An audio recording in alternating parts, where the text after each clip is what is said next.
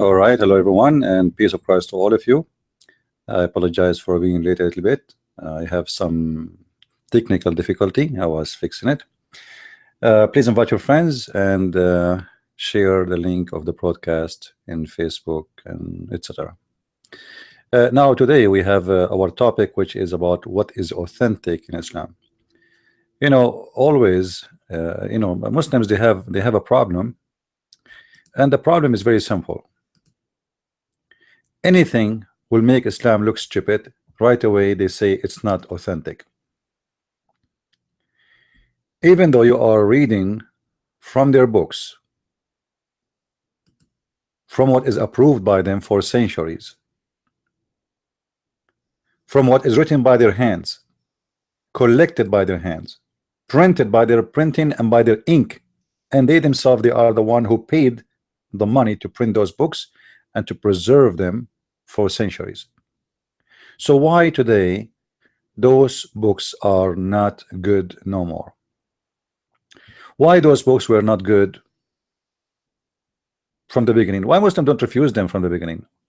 And the proof they don't refuse them, they keep printing them. If I have a book, if somebody says to me this is a Bible of etc., why I want to print it and hand it over to people in the church, and why I want to put it in my school to teach from it, and why I want to learn my belief and my religion from that book, if that book is not an accurate and not valid. Then if you go and search online, if you are not too much educated about Islam, you can search what is authentic books in Islam. You will find that there is 6 authentic books in Islam, and those 6 authentic doesn't mean that they are the only authentic, but those are, let us say, the majority of Muslims agree upon them. So 6 authentic books. If we focus on those books alone, because the Muslim, they consider them as the 6 authentic books, as simple as that. I mean, this is the reason we can focus on them. Then we will find that the Muslims, they start lately denying those 6 authentic books.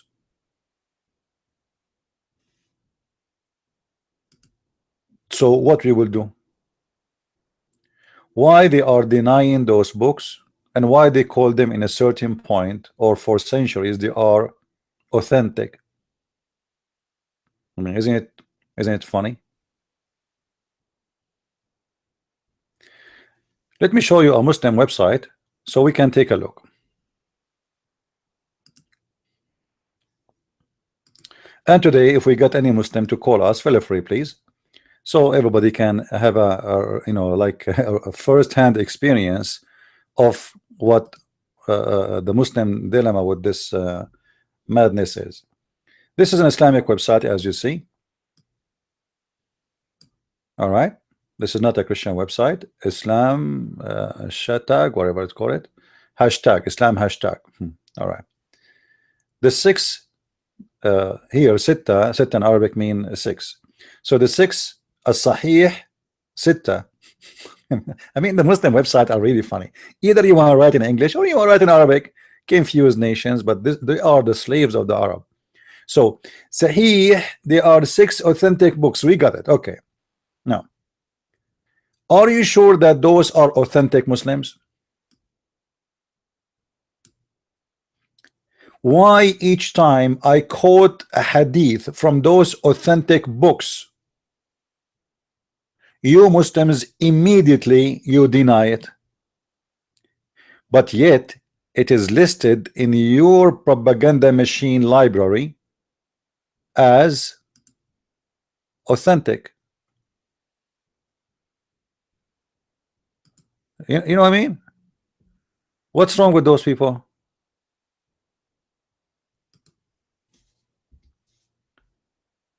Why they say to us it's authentic if they will not accept it? So in their schools they teach students it's authentic. Between each other they say it is authentic, but the second we showed them that this books is yours saying etc. about your prophet, it is the same moment they will say to you it's not authentic no more.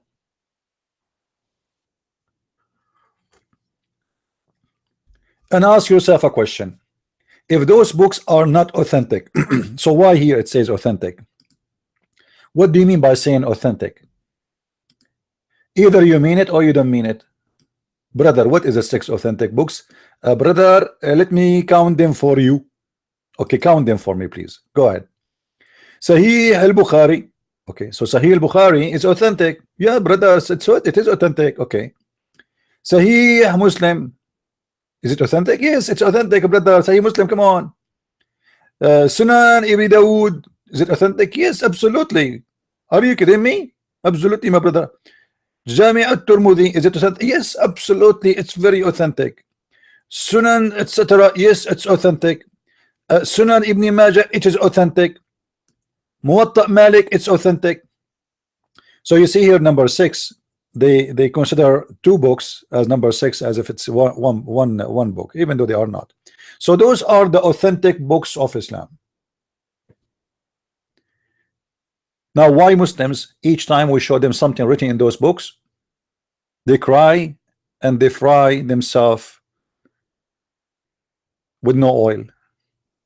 Why they accuse us of lying? You see, do you know what it's mean that only 6 writers of Islam are authentic? Do you know what does that mean? Muslim, do you know what does that mean? That's mean all of you are a bunch of liars. Because out of thousands of Islamic writers and reporters of the hadith, only 6 of them are authentic. And then when we show you a hadith from Sahih al-Bukhari and you say this hadith is not authentic, isn't it that will lead us to understand that you believe that al-Bukhari was a liar too? When a Muslim, he says to me, in the book of al-Bukhari there is many false hadith, but yet they call it authentic, which is amazing. Is that a proof that you are saying to me that al-Bukhari is a liar? Because how come al-Bukhari, he do not know that this is not authentic and you know? Same time, Muslims, where is the book of al-Bukhari? You see here they have for us pictures of the book of al-Bukhari, but do you know, guys, that there is no such a book? It's called al-Bukhari. Muslims don't even have one copy for al-Bukhari. This is not al-Bukhari. This is not al-Bukhari.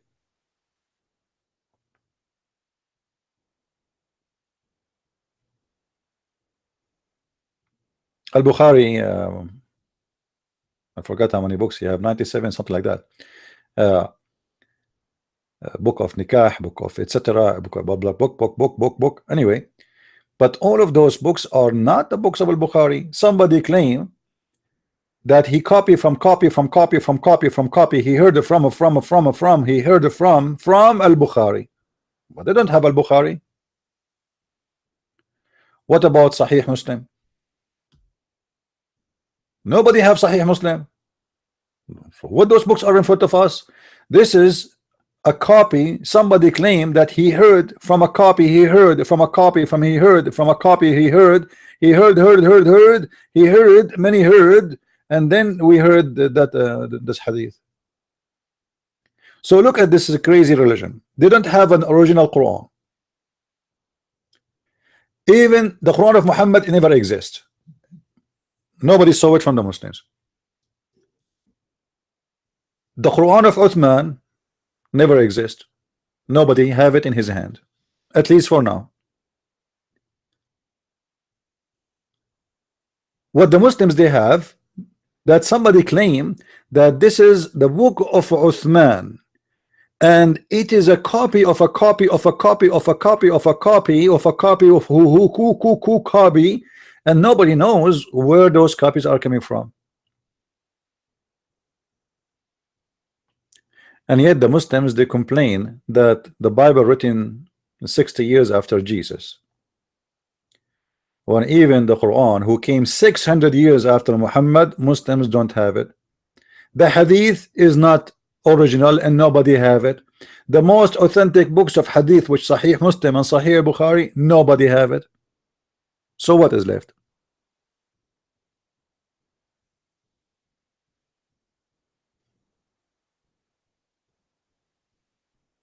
Any Abdul?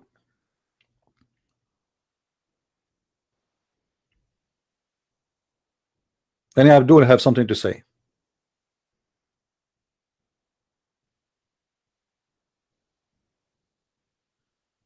Anyone?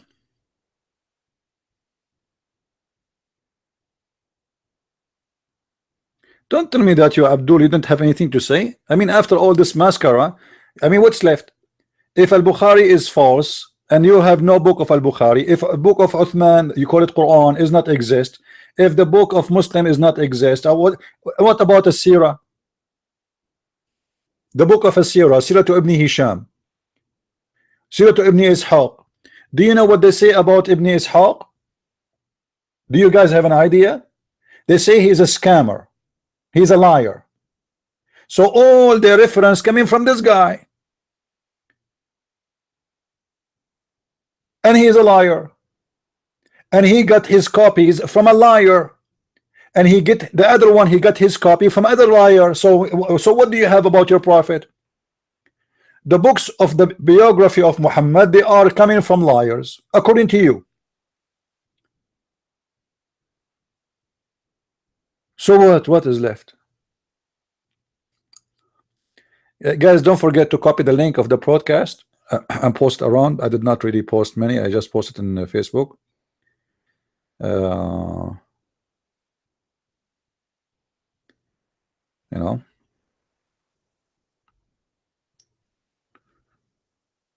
Do we have any Muslim have a comment? No, somebody say, look, I don't like that. Somebody he says the Muslim Sunni and Shia books full of myth. I don't I don't agree with that. I don't agree, because scientists, they prove a lot of things Muhammad he said. Let me give you an example. Let me give you an example. As an example, the thunder. The scientists lately, they discovered that Mr. Thunder is an angel.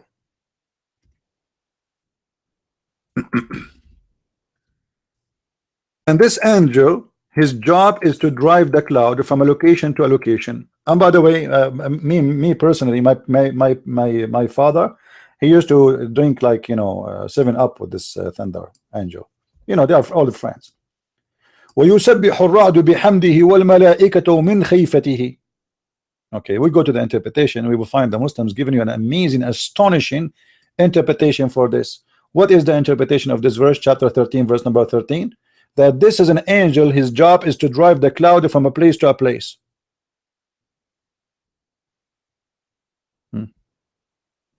We have Mr. Hunter here. The thing truth, when I did say what I wanted to debate CP. No problem, Hunter. But you know, Hunter, you yesterday you posted for us, you said that Al-Waqidi is not approved. I mean, Al-Waqidi is one of the biggest source of Islam. So how come he became not approved? But my friend, everybody is not approved in Islam. You will not find one scholar he don't accuse the other scholar to be a scam. Hafs himself, the one who the Muslims they get the Quran from, he is a liar. I can show you right now in the screen. Muslim, they say he's a liar. Not only a liar, he's a thief and he's a fraud. He take books from others and he claimed that those are his books. So what is left? So is it our fault that Muslims they cannot and they don't trust Muslims, and Muslims they accuse each other to be liars, and they are the scholars? If the scholars of Islam are liars and scam, I mean, what we can do? Right? What Ibn Karish? All of them, they accuse him to be a liar. This is why if you go to the book of Hadith, you will not find any Hadith from Hafs. Why? Because this guy is, you know, he lie in the Hadith. Okay, how you accept that his guy is a liar? He lie in the Hadith, but you take his Quran. Which one is more important? Which one is more important? This religion is a crazy. Let me open my Quran. Where's my Quran? You know, I decided not to put the Quran under my pillow after I read the hadith about the goat ate the Quran under the pillow of the Prophet. And you know, I'm a smart Arab. We will not do the same mistake twice. So I'm putting my Quran in the top of the pillow, because as long the goat will search for it under the pillow, I mean, You cannot fool me. You fooled the Prophet once, you cannot fool us twice. All right. If we go in the Quran, page number A, in the Arabic Quran for sure, not and the Quran I have in my hand is the one printed in Saudi Arabia. كتب هذا المصحف وضبط على ما يوافق رواية حفص بن سليمان ابن المغيرة الأسدي الكوفي لقراءة عاصم بن أبي النجود الكوفي. Let us stop here.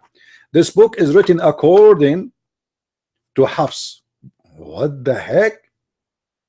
But all Muslim scholars, majority of them, they say Hafs is a big false liar. And he is a fraud. Not only he is a liar, he is a fraud. He is a thief. He steals books. He steals books of others and he claims it is his. So Hafs is a liar. Okay. So what is the last person the Muslim they heard the Quran from to approve? It was Hafs. Hafs learned the Quran from who? From his stepfather. What his stepfather name? His name is Asim. Who is Asim? Asim is a liar too. Like what the heck?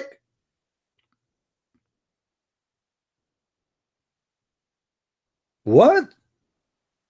What's wrong with you Muslims? Who is left is not a liar. The Quran written by liars. The Hadith written by liars. I mean, what? I mean, this is a drama, man. I'm so disappointed of the Muslims. We cannot find one Muslim is not a liar or accused to be a liar by Muslims.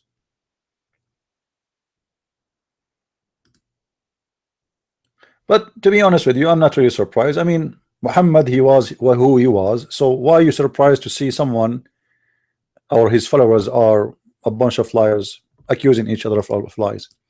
You know, Uthman ibn Affan is an example. The Muslims, they have their Quran today. Who killed him and why he was killed? They killed him like a dog. Imagine if there's a video camera at that time, the Muslims will show you how they killed Uthman. Do you know how they kill him? They make him sit and they start pulling the hair of his beard one by one. They are torturing him, you know.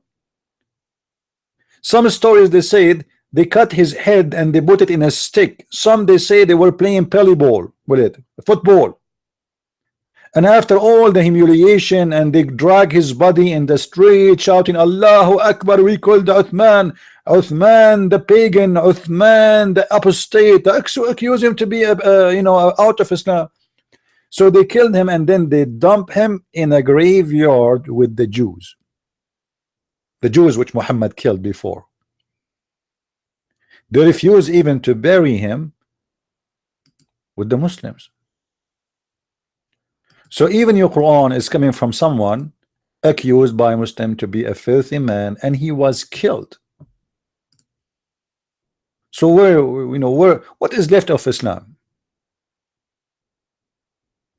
What is left of Islam after all of this? Nothing. So when the Muslims they say we have authentic books, I laugh. What authentic books? You don't have anything. And here my challenge right now. Who is a Muslim? He accept an authentic book to name for me right now, right here, and he will call me, and we are going to show you how the Muslim, the same Muslim who accept that hadith or accept that book of authentic book, he himself, he will regret that and he will change his mind in a second. The second he will see that his prophet looked like an idiot in those books, right away they will say to you, oh, this hadith is corrupt. This is not an authentic sources. A minute ago it was.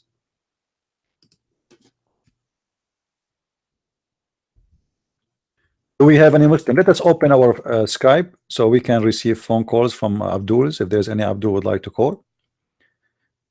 And you know, by the way, Abdul, I have nothing really against you. I mean, we are here talking about religion. It's not about you, about me, nothing personal. All right, take it easy. Here we go. Our Facebook is our Skype is open, and if there is anyone who would like to call, feel free. And I want Muslims, not Christians, for now. This is the book of tafsir. You know, if we go in Arabic, if we go in English, it's the same. Let us go to Arabic just for a change. Hit tafsir. This is the official government website of the Kingdom of Jordan.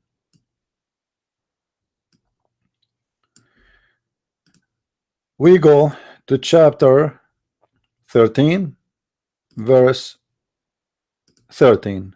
Interpretation. Choose one Muslim. Which one? Which one? Who is a Muslim want to choose for me his favorite interpretation?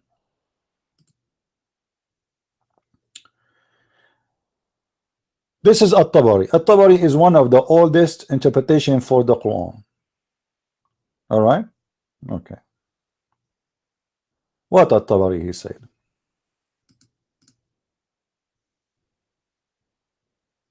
When you hear the Ra'd, and Abi Hurairah, etc., said that Subhana man yusabbihu ar-ra'du bihamdihi. Praise be to Allah, the one, the Ra'd, who praise him. Now, why the Muslim they say that? I can take it as a metaphorical. I have no problem with this. But the interpretation is not what you think.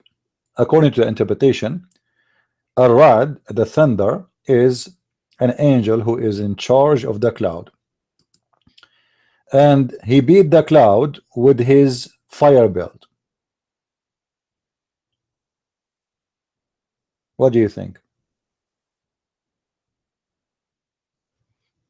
Any Abdul?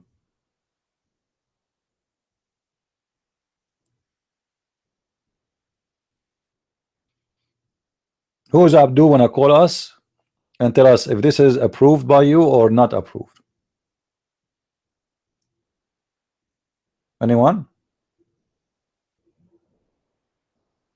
You will see that the Muslims, they try to consider the last or the newest interpretation of the Quran over the oldest one. Why? Because the new ones, they are like more, let us say, smarter. You know, they try to make it look nicer. They try to, you know, they are more educated, so they don't say stupid things. But that will not change anything. That those new ones, they are just trying to adjust the meaning of the Quran with the science of today, which mean you Muslims, if you have dignity, you should reject them.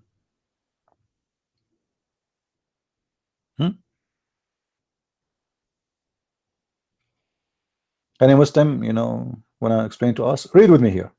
This is Tafsir al-Qurtubi. This is Tafsir al-Qurtubi. Look what al-Qurtubi he says. Ar-Ra'd malakun yasuqu as-sahab. The Ra'd is a thunder which drive the cloud. And this, the guys, by the way, this is a person who came long after Muhammad. This is a smart, educated one. You know, I mean, like this guy is not like an old interpretation. You know, this is a guy who came 671 years after the immigration of Muhammad. So we are talking about a person who is born more than 650 years after Muhammad. All right, and you know, 600 years after Muhammad, we are talking about, you know, the 12 centuries. You know what I mean? So in the 12th centuries, people, they have a lot of more education than before. I mean, you know, not long time ago, just 8 centuries ago. So here, this guy is saying that the thunder is an angel who drive the cloud. And then he said the stream of water is stuck in the top of his finger. What they call the finger, the one you Muslims they knew better what I'm talking about. Muslims, what do you call the finger, the one you put your nose to grab the boogers, as the Prophet said? What do you call it? This is the finger we're talking about. So the steam stuck in that finger, and he is in charge of driving the cloud, and he drive him as he been ordered, which mean by Allah, and he praise Allah. So if he praise Allah, there's no angel left in the sky but he scream with him with the praise, and then that will make water come. Man, that's amazing, astonishing. Let me get my notes. I just learned that now we know why water come down from the sky.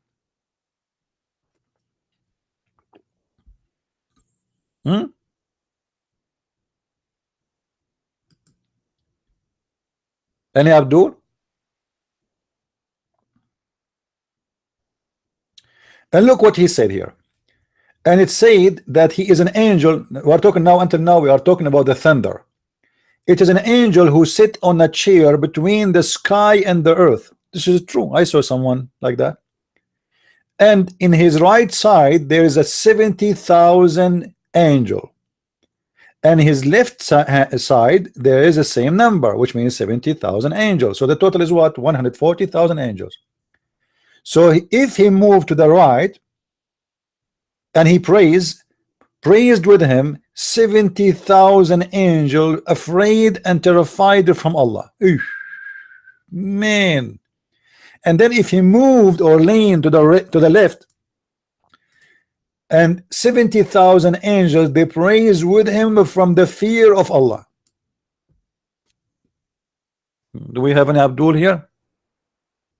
Muslims, is that an authentic interpretation or not authentic? Let us play the game of authentic. Is this authentic or not?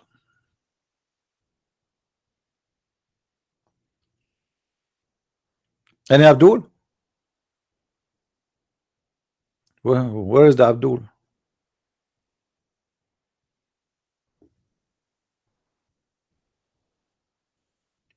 Right away, for sure, they will say this is stupid.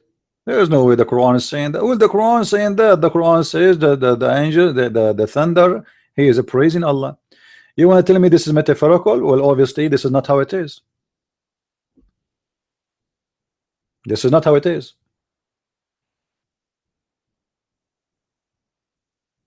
Who is a Muslim would like to call us? My Skype is on. You see the address in the top. You do not need to add me, just call. Anyone? Not even one. I mean, I'm really disappointed with the Muslims.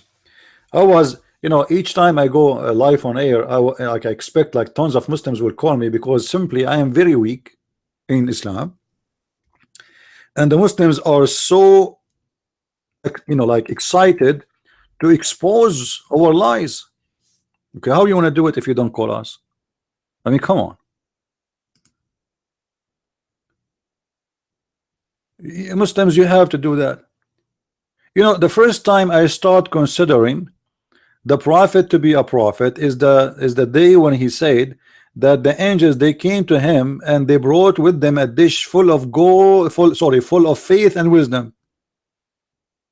And at that moment I was kind of an atheist. So what I did, I went in online. This is a long time ago, before the online exist, but because in Islam you can get online any time. So I went online and I ordered a dish of faith and dish of wisdom. Muslims, how come you Muslims, you never have a problem? You're a prophet saying that God, he sent him a dish of faith. All those centuries until now, until I ask you, how stupid it is to say that God, he sent someone a dish of faith and a dish of wisdom, and he installed it in his chest.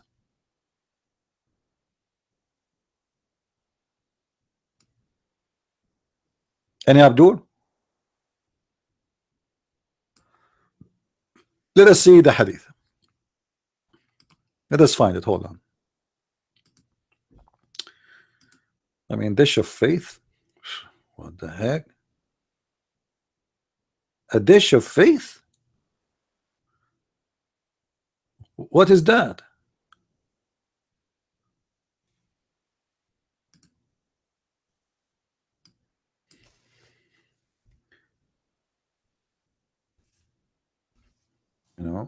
I don't know why I went to school to earn a degree, spending a lot of money. All what I need to do is just to get a dish of mathematics, dish of history, dish of biology, dish of like 10 dishes of Islamic law. I finished my law degree. Alam nashrah laka sadrak, chapter 94, verse number 1. What does that mean? Let us see the Muslim interpretation. Let us go to English.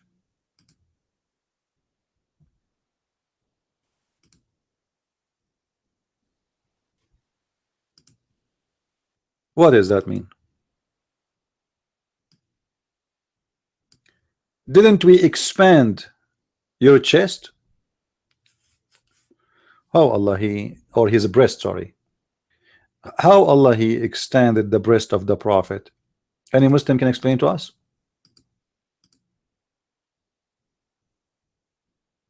Anyone knows?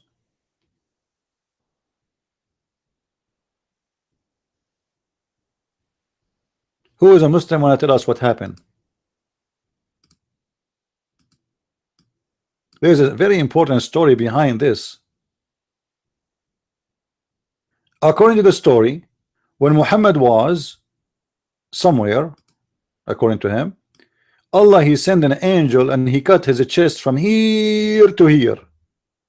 From where? From here to here. And then the angels, they installed a dish of gold, sorry, a dish made from gold, full of wisdom. They brought a dish full of gold, or let us say not a dish, really, a tray, big tray. All right.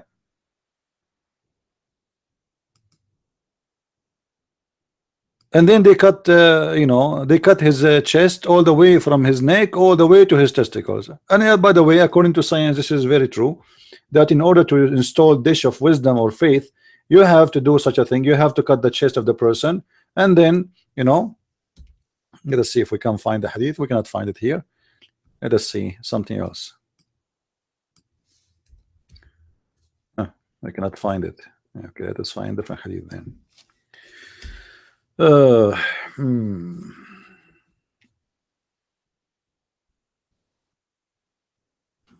I cannot find this one too.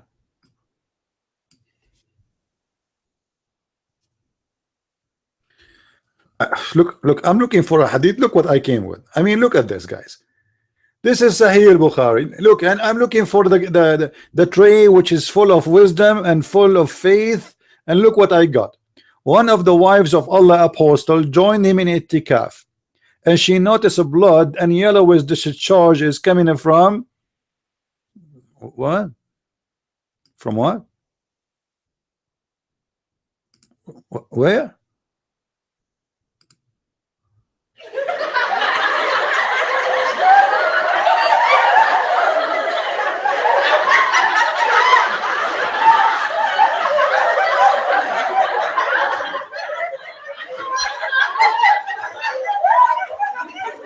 This is Sahih Bukhari. This is the second authentic books after the Quran. I mean, okay. If we ask the Muslims about this hadith, what do you think they will say? They will say it's a lie. That's not true.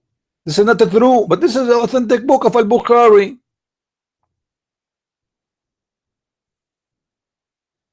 Obviously, the wife of Muhammad, she has an infection, by the way.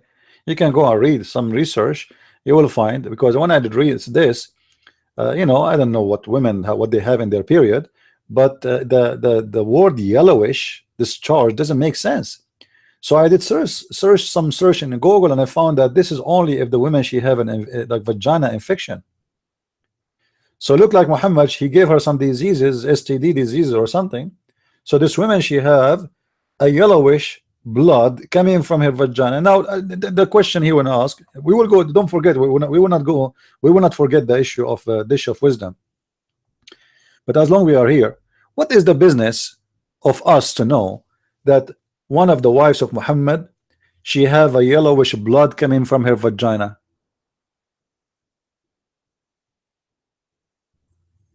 Huh? What is the business of 1.4 billion Muslim to know that one of the wives of Muhammad, she have, as we speak, a vagina issue? This is a religion? Look at the hadith. Look at this hadith. Look. One of the wives of Allah apostle practice itikaf with him while she have a bleeding between her period. Let us jump over this stupid religion. Okay. Where is the hadith about the angel? He come with the, here we go. Here we go. Guys, look at this. Look at this, ma'am. Allahu Akbar. Allahu Akbar. It was narrated by Anas ibn Malik. Were joined in Mecca. and the two angels came to the messengers of Allah. By the way, two angels always do surgeries because Allah don't allow surgery to be done by one angel. The reason for that, if you watch in the surgery room, you will see someone, he is a doctor, and there's other persons or two or three with him. They are like they give him, they hand him stuff like a scissor, etc. So look like this is an angel and his assistant, but both of them, they are angels. So what happened?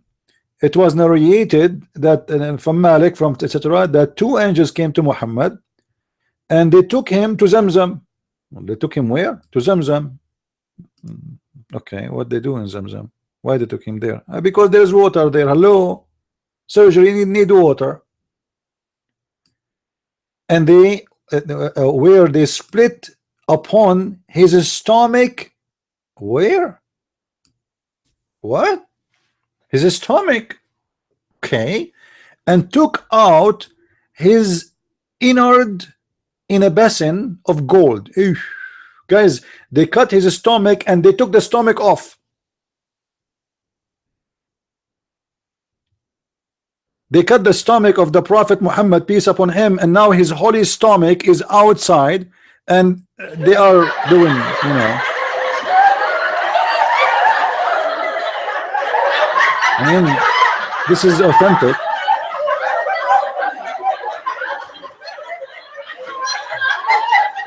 Do we have any Muslim here? He have some specialty in the stomach stuff. So they took his stomach off. They cut, you know, they cut it. They took the stomach off. They took everything in the stomach, not only everything in his belly, not only the stomach, everything in the belly, everything. You know, shish kebab, falafel, hummus, everything. And the stomach, they took it, and then they put it in a basin of gold. Man, see the respect, guys. Did you notice the respect? They will not put the stomach of the Prophet and the belly of the Prophet, which is taken from his belly, whatever is inside, they will not put it in a normal tray like you get it from Walmart. No way. This is the Prophet of Allah. They brought with them a tray made of gold. Do you see the respect, my friend? Do you see how much Allah he appreciate the stomach of the Prophet? So now his stomach is out, and they place the stomach in a tray made from gold, and then they wash them. They wash what? They wash the stomach of the Prophet and whatever is inside his belly. Unbelievable. Unbelievable. So beautiful. This is so beautiful. This must be true story. This must be true story. I mean, who in the world can deny this story?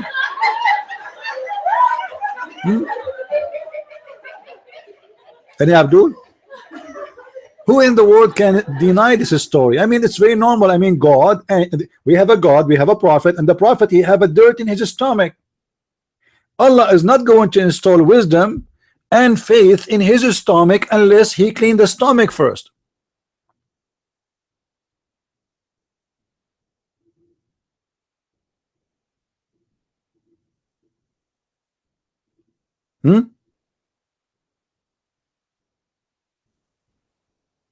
Any Abdul?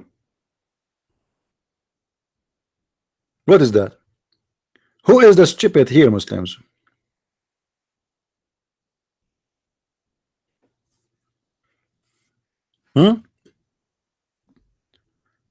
Allah, he have to make a surgery, taking off the stomach of the Prophet. And look, hold on. Why Allah wanna install wisdom and knowledge in the stomach of Muhammad? Look what happened. Look, guys, look what happened. After they wash them, whatever is inside his stomach, then they do what? Read. They wash it with the water of Zamzam. Then they filled his heart with wisdom and knowledge. Okay, hold on. I'm not good in drawing, but I will try to practice something. Hold on. And by the way, this is Sahih, Muslims. This is Sahih Hadith. All right, my friend. Okay, this is the chest of Muhammad. This is Muhammad.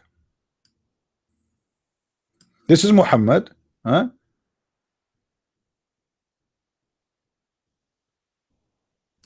This is his. Have you ever seen a leg like this? It look like a tail? Take it off. The Muslim will be insulted. Hold on. I told you I'm not good in drawing. Okay, so we go back. This is Muhammad, and those are his legs. Those his fingers, like he's like a duck. The Prophet, mashallah. Now Muhammad, they put him down in the floor, and they cut his stomach. Now his stomach is here. His stomach is here. How they fill his heart with wisdom?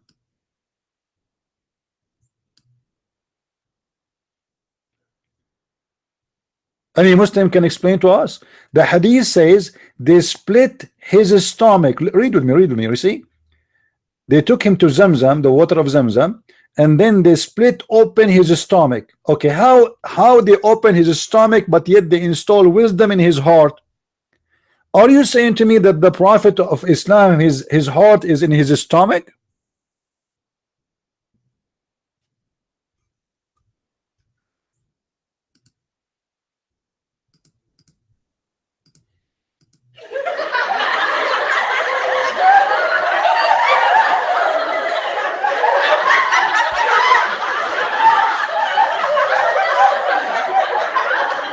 Right?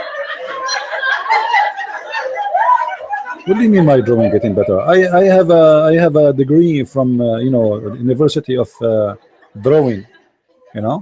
I am one of the.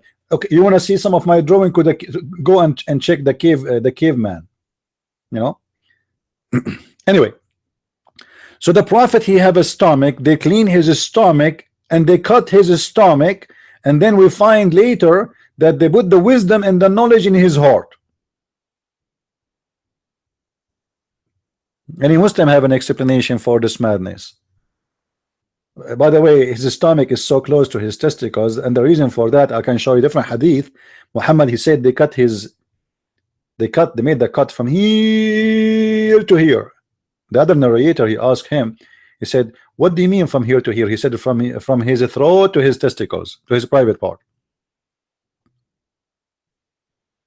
Do we have any Muslim he opposed this? Any Muslim?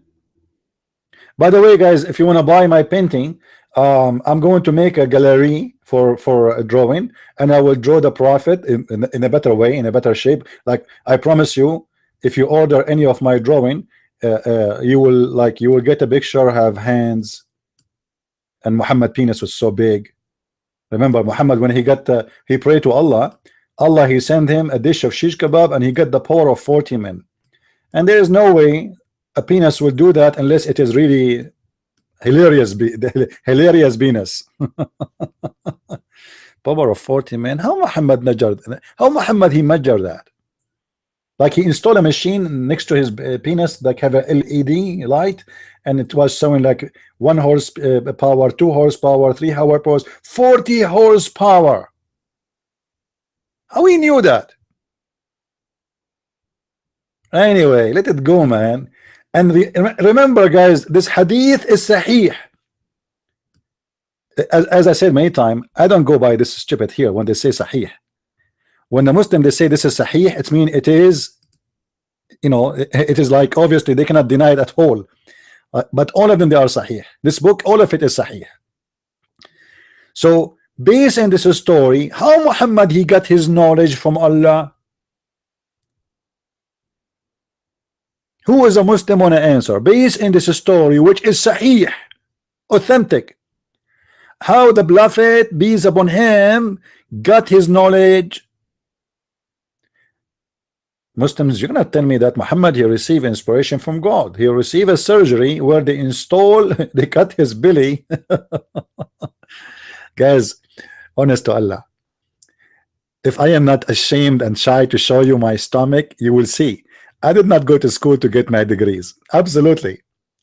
I went to those two guys they have a clinic next to Zamzam. They open my belly, they took it off, they wash it with Zamzam, and then they put all the degrees I have in my unbelievable. I love it. I did not go for one day to school. The Prophet is amazing, man.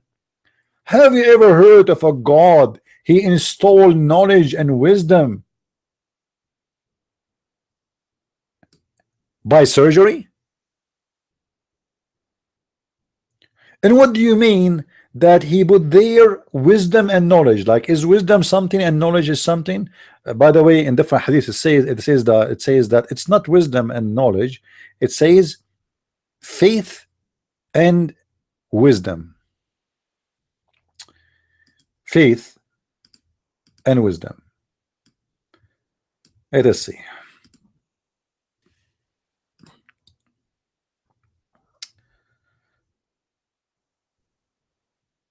Okay.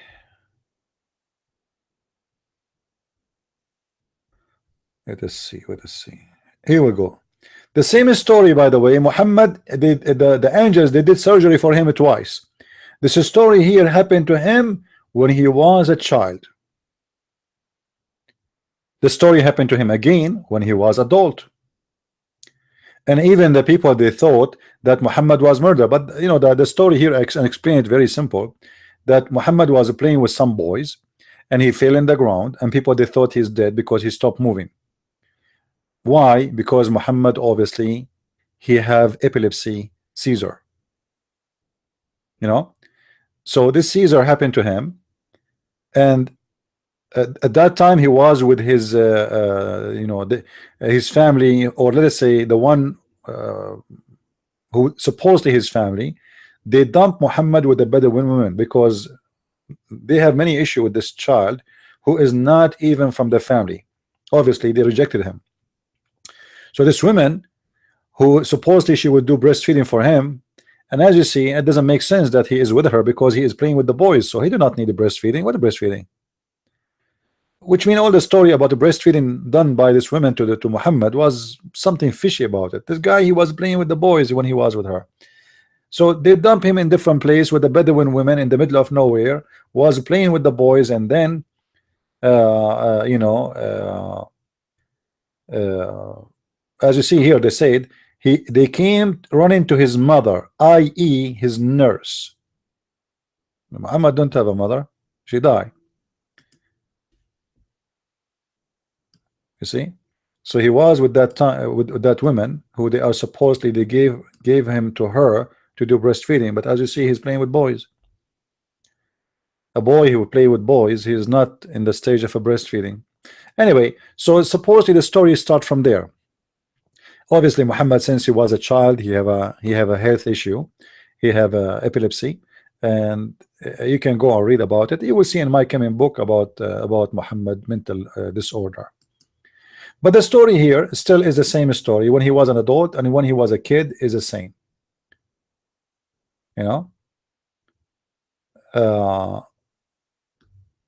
let us see.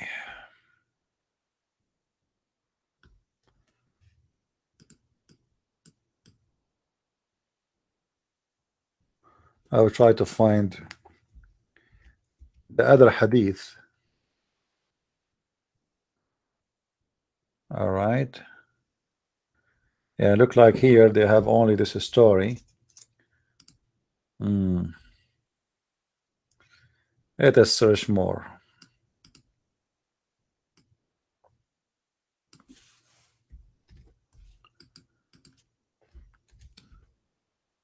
There's not, but there's a hadith speak clearly about a dish of faith and dish of wisdom. Let's see.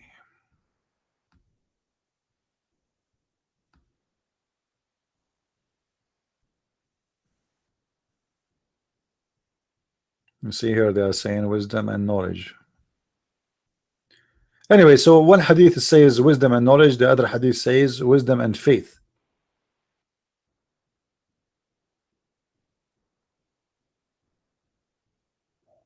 All right.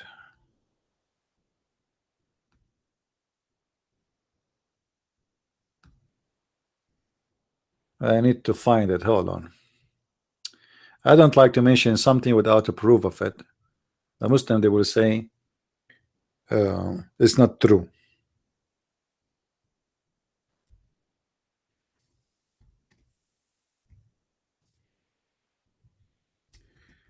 بماء زمزم. Even the name of this Zamzam is funny. Zamzam. I believe that this name is not Arabic, really.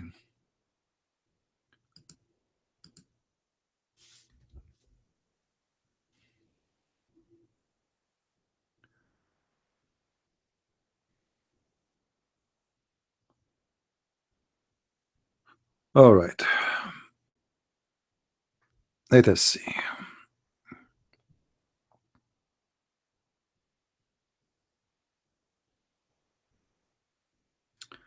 You see, I have the hadith in Arabic, but the problem is where we can find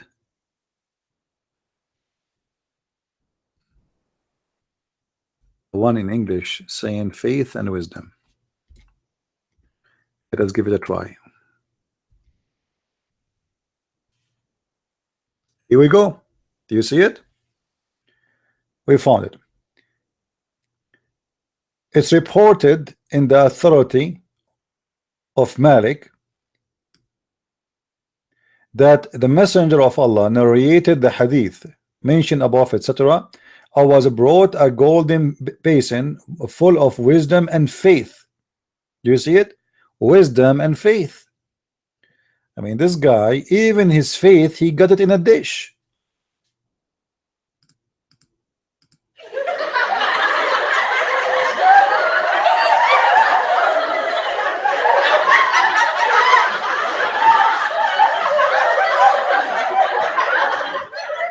I even see my screen. Okay, hold on. You see it now? Sorry for that. Any comment from the Muslims?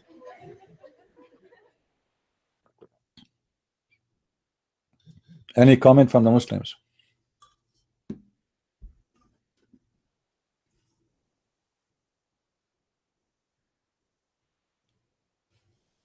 Is that true that your prophet, he got his wisdom in a dish and his faith in a dish?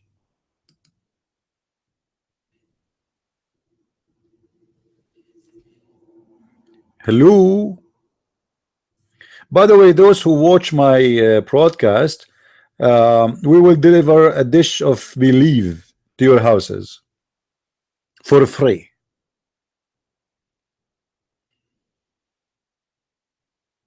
A dish of wisdom, a dish of faith. Do you really Muslims believe in such a garbage? This is the religion and this is the prophet you want us to believe in? He taught you that an angels, they came to him and they cut his stomach and they put inside his stomach a dish of wisdom and a dish of faith. And what he did with the dish of wisdom and his dish of faith in his stomach, he ate it.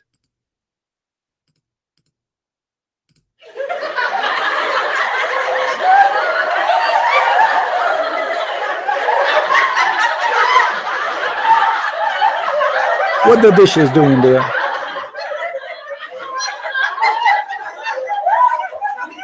Any Abdul can tell us?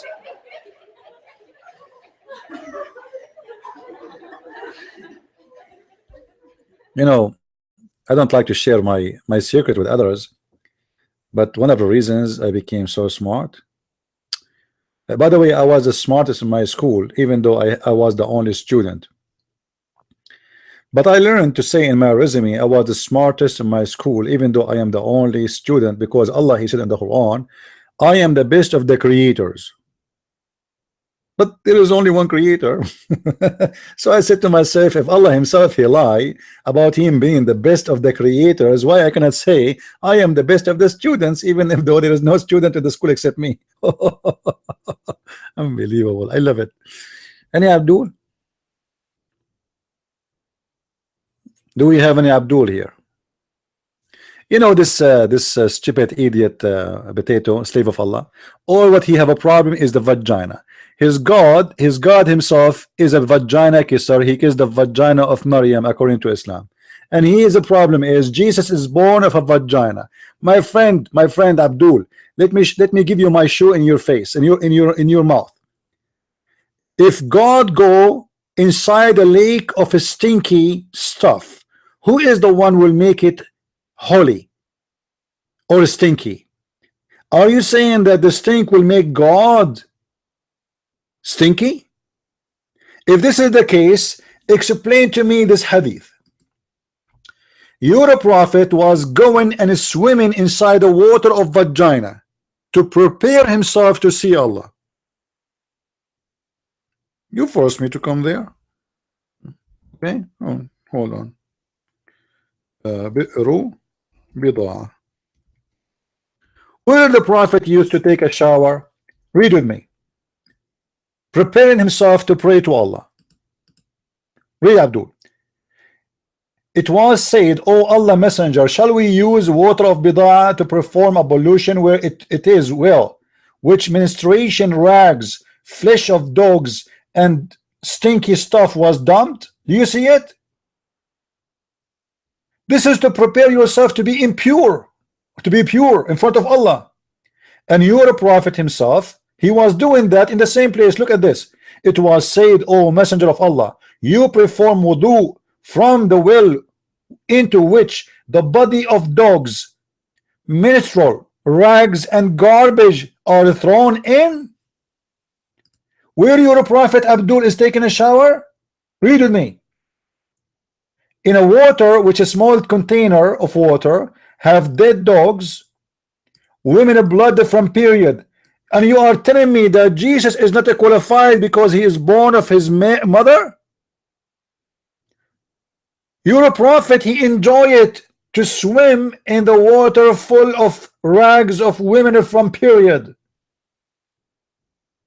And by the way, that is a damaged blood. It's a stinky. This is not a good blood. There's difference between the blood, which is dead blood coming out, and it's in the water, and normal blood. And garbage. Does it say garbage, Muslims? Actually, in Arabic it says an-natin, which means stinky garbage. Not only garbage, stinky garbage. An-natin. And a Muslim complaining that how Jesus can be God and he is born of a woman. If Jesus born of a woman and he is not qualified to be God, for he is born of a woman, then why the Quran in chapter 19 verse 19 says he's holy? Any Abdul?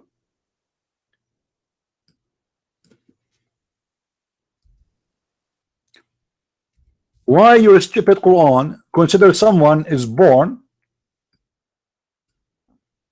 from a vagina holy? Who is the dump here? You see, I'm going with you. You are the one who don't like to believe that Jesus is holy. Read with me. This is your Muslim translation. He said, who? The messenger which Allah he sent to Mary. He said to her, nay, I am only a messenger from the Lord to announce to thee. Who is the messenger is announcing. He's announcing what? The words of the Lord. What is the word of the Lord? That to thee the gift of a holy son. Do you see it, Abdul? So how Jesus is born of a vagina as you Muslim claim, but yet he is called holy? Are you making fun of your stupid God? Why Muhammad is never called holy in the Quran?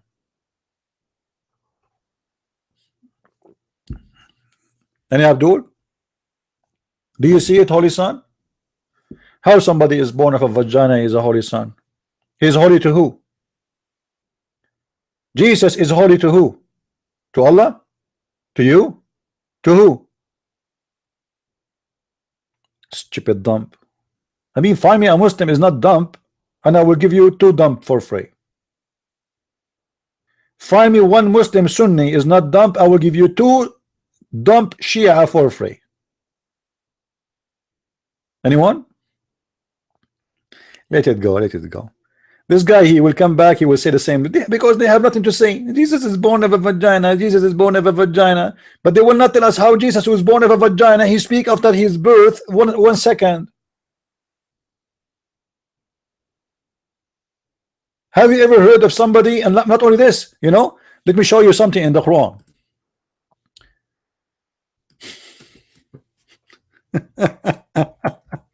Let me show you this. I don't talk about this too much, but let us talk about it, as long we are here.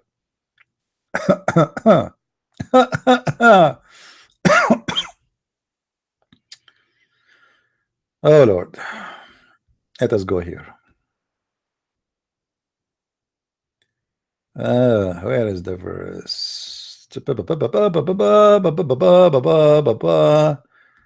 Hold on. This is the search engine. فناداها من تحتها.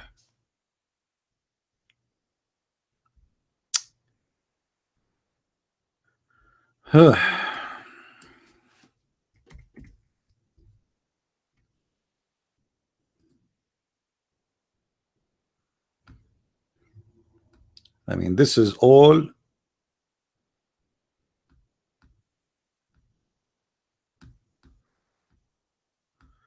I want to show you what your God said about Mary in the Quran. This search engine is really stupid. Okay, I better go and open the page by itself directly, not from the search engine. Muslims, who is the one who will tell me which translation you accept?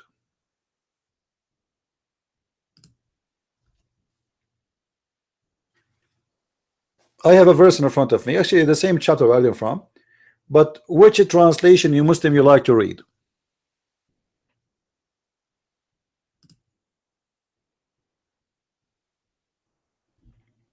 And Abdul can tell me which translation. I will do your wish. Whatever translation you like, we will talk about. We will read it from there. Any Muslim?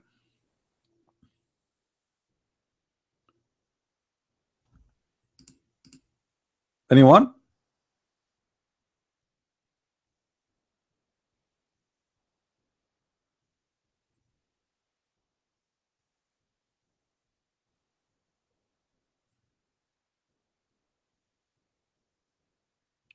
Based on this story, Jesus is just born.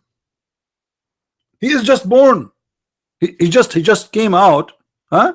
And look what it says here in the story in the Quran. فناداها من تحتها ألا تحزني قد جعل ربك تحتك سريا. What the heck? What is that? Mary, she was sitting in the top of Jesus? Any Muslim can explain. She gave birth to him. What is that? Is that a chicken? What do you mean from underneath of her?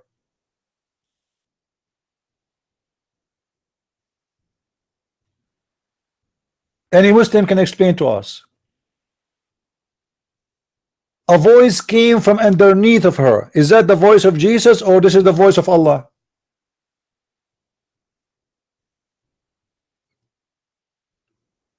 And Abdul, who is underneath of Mary? Mary is sitting in the top of who? Can't be Jesus. So it is who? Jibreel? Why he is speaking from underneath? Who is that person? What he's doing underneath?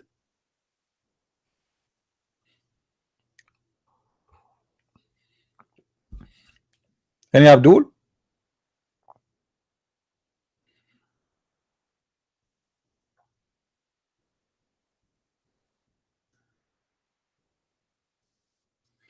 I know. By the way, guys, I might do a surgery to install additional dish of wisdom about astronomy. I noticed that I am not really good in astronomy, so I order a dish, but I'm not sure, like, really when they will deliver it, you know, because the dish is coming from China. So I will install a dish of astronomy in my stomach, you know, because we Arab, we eat information, you know, we digest them. We don't like, you know, like not like you, you know, you people are funny. We Arab, we digest information the same as we digest food. Yes. So this is why you see in the hadith it says they cut his stomach and then they install in his stomach a dish of faith and a dish of wisdom. If I show you my food for today, I ate 1 pound of wisdom, 2 pounds of stupidity, and 3 pounds of Abdul.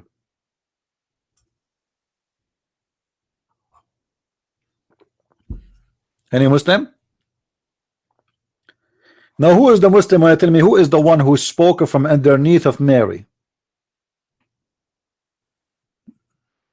Any Abdul?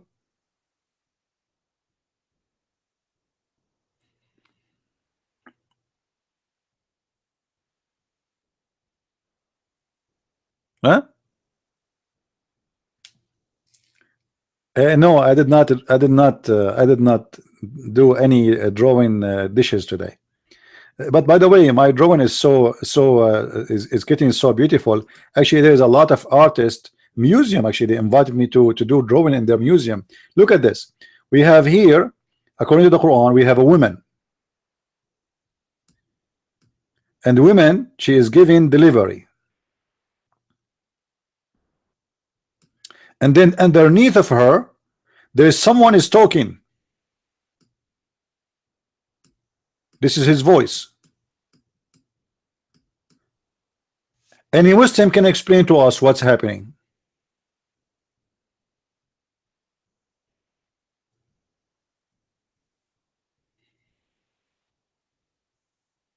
Somebody live in Utah. I want to go to Utah. Anyone been in Utah?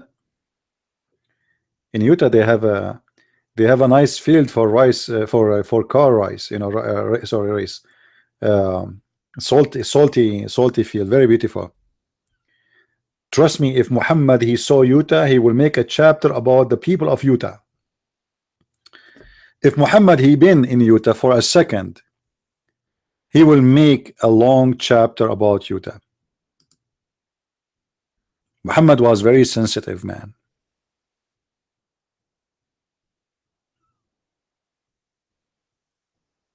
Any Abdul?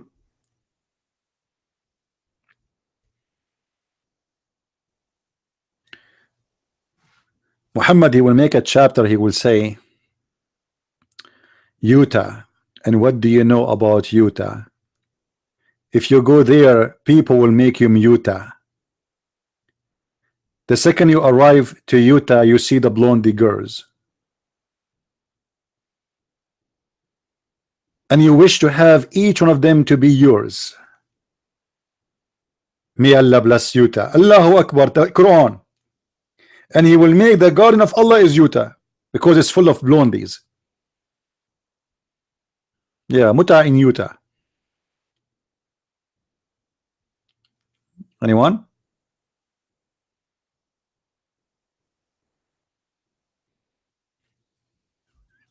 Any Abdul?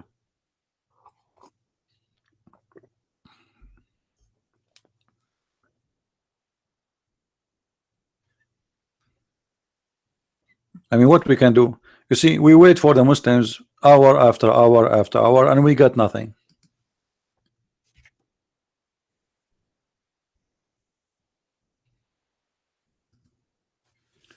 Who is a Muslim wanna call us?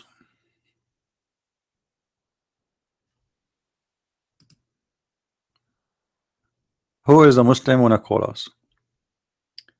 What is that? What's happening in Texas? Who is this guy who shot the people in the church there? Did they get this guy? This scumbag who shot the people in the church? This is why you have to take your gun with you wherever you go these days. You know, there's crazy people everywhere. I'm reading the news now. 27 people were killed. Is that a Muslim? Do they know the name of the shooter?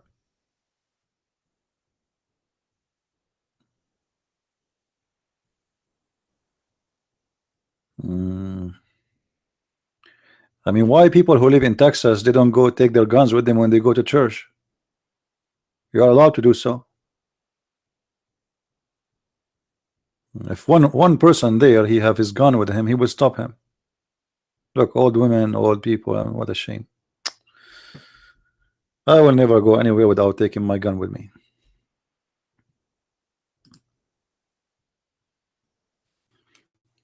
You see a filthy criminal, right away, you know, you do your job. You will not let him kill people for, you know. They did not say the one who he shot, right? They did not mention anything about the name. That is sound fishy.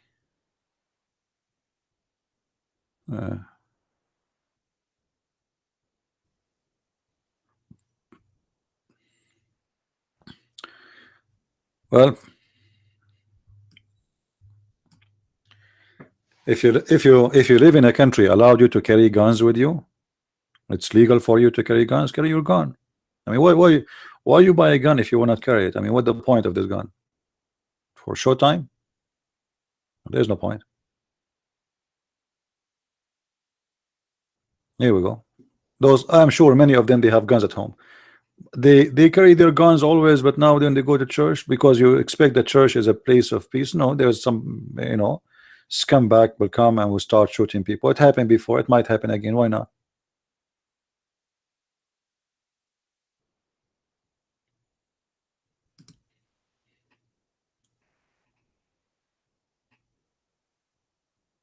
Yeah. Why you buy the gun? So because you might have a gun for 20 years, you never use it, and I hope you will never use it. But the second you need it, that's it. Maybe this is the only time you will need it in your life. All right. And carrying guns will not make you a bad person. Will make you a good person in the society. If you never hurt anyone, if you don't use it in the wrong way, doesn't make you a bad person. Yeah. You see, I support people carrying guns because if every thief he knew that every house have a gun, he will think 1,000 times before he get in. Same as now. If this guy he knew that those guys inside are armed and ready, he will not get in. But he knew that this is a church, you know, there's a lot of old women there, children's, so he can get in, shoot everybody, and he can get away with it. Now, did they arrest the guy or not yet? Did they arrest the guy? If there's any arrest made? Because I didn't see any in the news anything about arresting him yet. Honest to God, if I was there, I will make his bomb the same as my screen door. You know, such a filthy man. I mean, how in the world, what kind of a human being he attack a church? The same as the scumbag, the racist, the one who attack a black African Christian church. And you know what make me really upset? That those people who do mascaras, they stay for years in jail, and even if they want to execute them, it's going to take 20 years to execute him right away. I mean, there's all those witnesses, he himself, he confessed, and what do you need? Like, this is why I like the justice in the old day, the oldest style in USA. When they get a criminal, he kills somebody, second day they hang him. That's it. This bastard should be hanged immediately. And actually, I am against hanging him. They should put him in the middle of the town and everybody take a shot, so he can be a best example for everybody who wanna do something wrong. But you give him free health insurance, nice food. I mean, why is that? You know, do he deserve it? There's 27 people are dead, and this guy is alive. Like the stupid terrorist who did his crime just 2 days ago, 3 days ago. He will stay now in jail, and they will not execute him. The same as they did to Taliban. They put them in the Guantanamo Bay for 15 years, and then they let them go. How many people those criminals killed? You see, in the war today, because everything became politically correct, everything is wrong. How come if somebody killed a person, one person, we come to a decision of execution? But if somebody he made a mascara, we will not execute him. What kind of judge and what kind of court and what kind of people those people are? Nobody should stay in jail for killing a human being. He should be killed. It's not fair that somebody in the grave right now and the killer is eating and drinking and watching TV.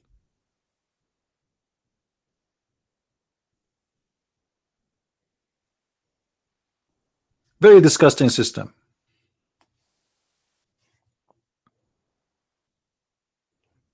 And then we, we saw that the filthy Obama, he let them go. That's why I like the old days. You see the cowboy, they were they have dignity and they defend the weak one. And when a criminal he do something, the whole town carry guns and chase the criminal. The sheriff is just a man.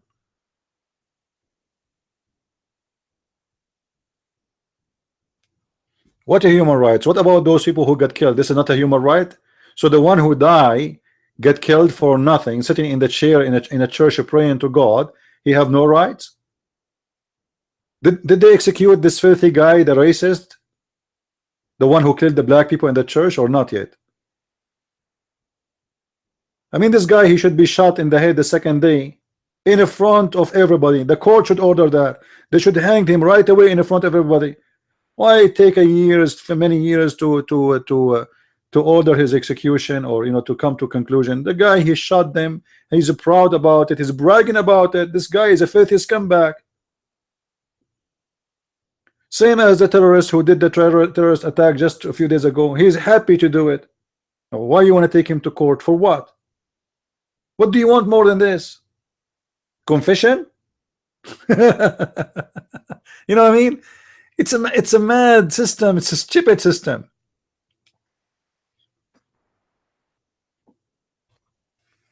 The criminal, the one who have a lot of witnesses, who he confess himself, you do not need to, the one who kill should be killed. This is what the Bible says. The one who take by the sword shall be taken. This is justice. This is justice. And those who speak of a human rights, well, what about the human rights or the rights of the dead ones? They killed for nothing.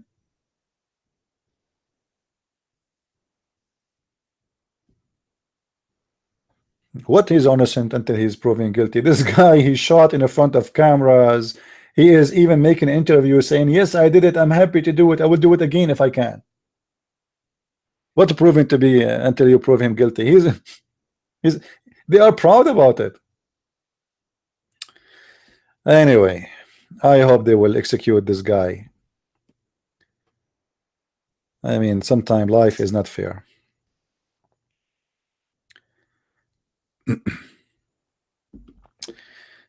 Do we have any Abdul here?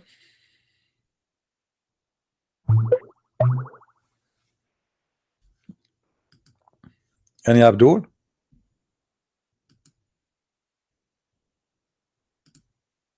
Who is a Muslim want to call us?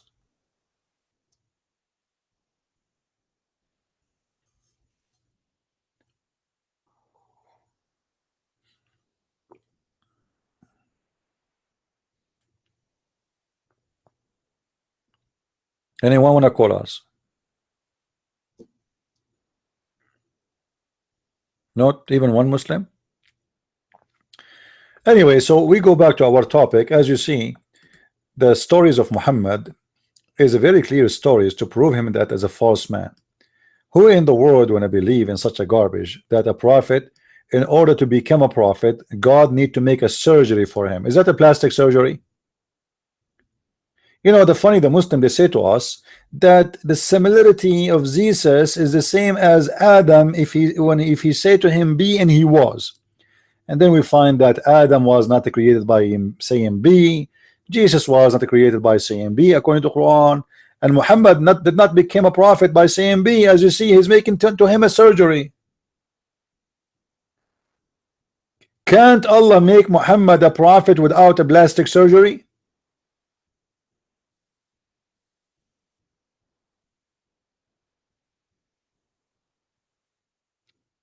Any Muslim? What is that surgery? What the purpose of this surgery? to prepare Muhammad to be a prophet? Why we never heard of God chopping the chest and the belly of Moses? What about the chest and the belly of Abraham, Isaiah, all the prophets? God always he do chest surgery. He cut their belly and he put a dish of wisdom and dish of faith. What's wrong with this prophet? Are you Muslim trying to tell us that Muhammad was so horrible to the point Allah himself needed to do a surgery to fix a defect? What's wrong with the engine of Muhammad? Allah he opened the engine to fix it?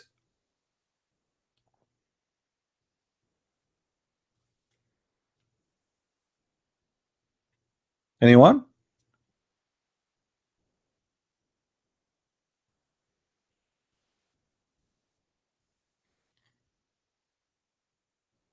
Any Abdul?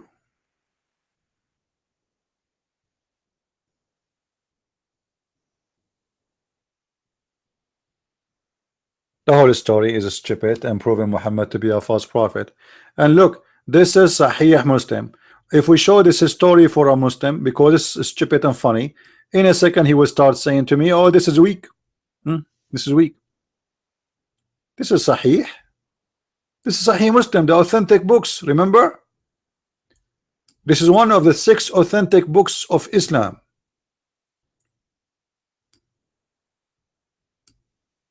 To avoid such a stupid story, exposing the falsehood or the false prophet of Muhammad, they deny it.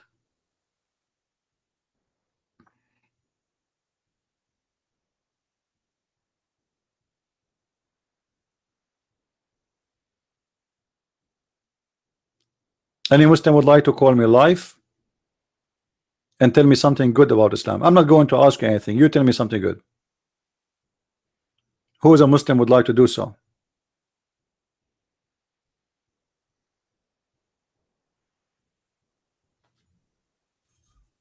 Anyone?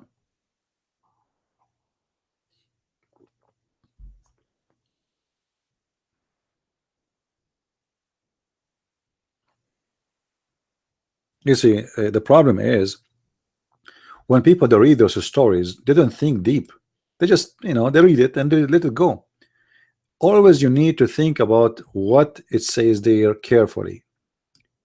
Try to analyze the information. Why in the world somebody he claimed to be God and someone he claimed to be a prophet of God, both of them they are doing such a thing to prepare somebody to be a prophet? When we say God, we mean the Almighty. Okay, why the Almighty God need to send 2 angels to cut the chest or the belly of a prophet, and they wash it physically, literally with water, and then they bring a dish full of faith and a dish full of wisdom, and they place the faith and the wisdom which is in the dish. Muslims, how you can believe for a second that wisdom and faith can be physically, literally served in a dish?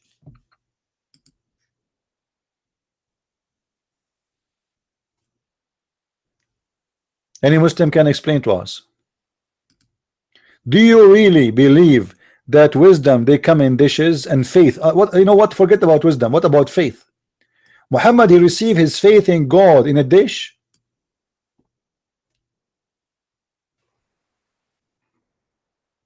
Any Muslim?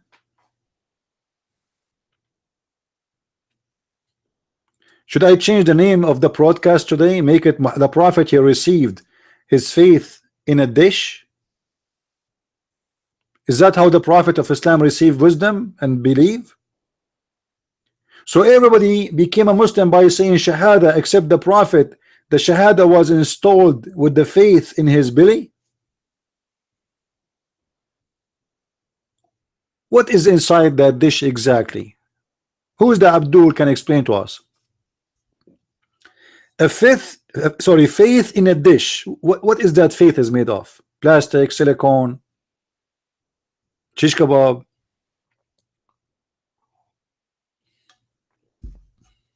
Anyone?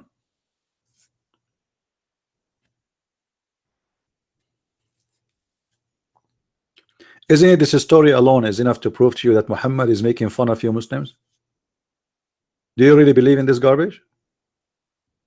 Be honest with me. If a guy came to you and he said to you, I am a prophet of God, and yesterday two angels came to me and they took they carry me next to the faucet and they opened my stomach and they brought with them a dish made of gold full of wisdom and faith and they installed it there, are you going to believe it?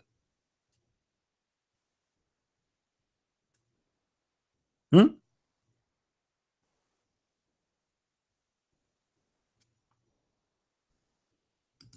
Yani Abdul? Who is an honest Abdul when I give us an answer?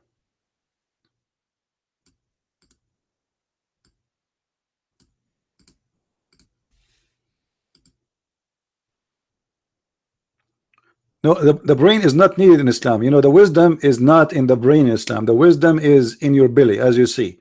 They cut his abondum. They cut his stomach. I mean, even the location of the surgery is wrong. They cut the stomach of the prophet and they installed the faith and the wisdom in his stomach. Look in this hadith what it says.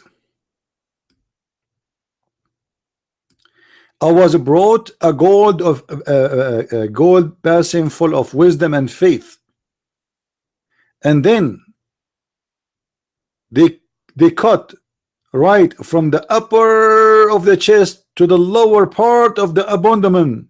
Like, what the heck? All of this? Look how big the cut is from the upper side, from the throat all the way down to his testicles. Why?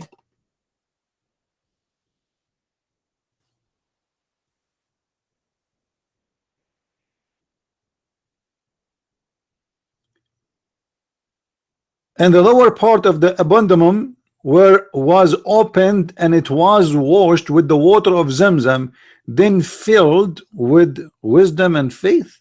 So they put the wisdom and faith here.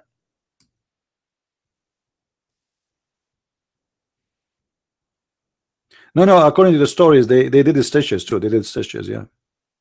There's different hadith says that there's a guy, he said, I saw the stitches myself. Yeah. And here you will notice this is the same story happened to Muhammad supposedly when he was a child, is repeated when he is an adult and he been taken to heaven. Look what it says here. The prophet said, while I was in the house of a state of midway between asleep and wakefulness,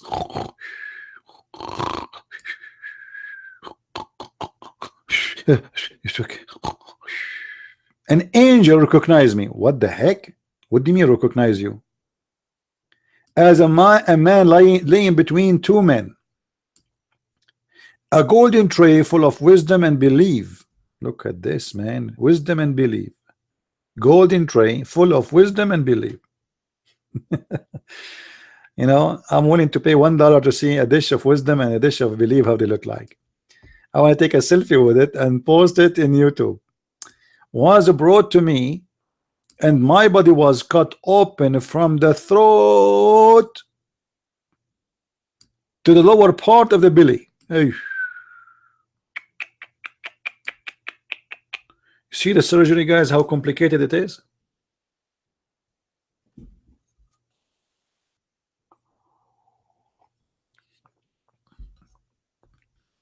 And by the way, those stories happen to us in the Middle East always. I know many friends, angels, they come to them and they cut their, you know, as an example, I know a friend who he went in the Middle East somewhere.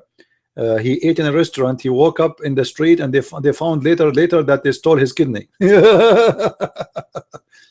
Maybe those are the angels. I saw a story about a guy. He went to Turkey.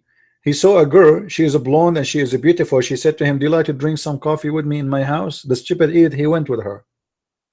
They went to her house, and she gave him coffee.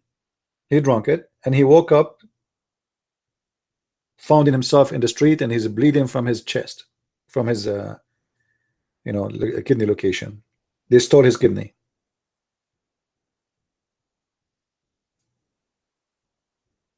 Maybe those angels are not angels, they are stealing the kidney of the prophet. And then after that, what happened? After they cut his chest and they installed dish of wisdom, they brought to him a mule, an animal. It's called al-buraq. Al-buraq is coming from the word thunderbolt or lighting, which is an animal, white animal. It cannot be black for sure. This is sent by Allah. Allah sent everything white. Allah will not send a black animal. No way. Race is God. Smaller than a mule and bigger than a donkey. Look at the size too. It was brought to me, and I set out with Jibril. So Muhammad and Jibril are sitting in the top of the mule. Unbelievable. I like it. I like it, man. I'm spending too much money for airline ticket.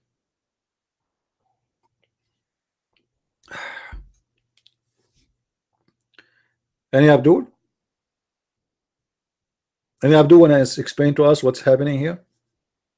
So they cut his chest and they installed a dish of wisdom and a dish of faith to make Muhammad ready to go to heaven. So Muhammad, the way he is, was not qualified to go to heaven. So what they did, they have to fix a problem Muhammad he have, and the problem obviously it's about his wisdom. He was a fool, and his faith. He was an atheist. You know, if somebody says to you that two angels they install in your chest, in his chest, a dish of wisdom, isn't it that clear evidence that the Muslims on Muhammad is trying to say to us that he was a fool and the angels they install something to fix his foolishness? Otherwise, why they need to make a surgery for his wisdom?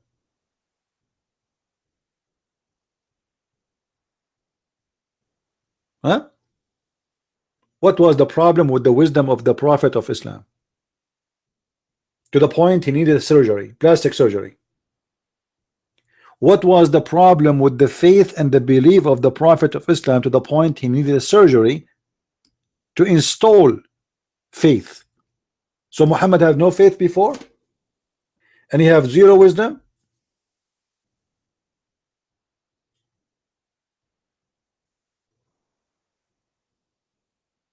Look at the Muslims, not even one of them dare to call.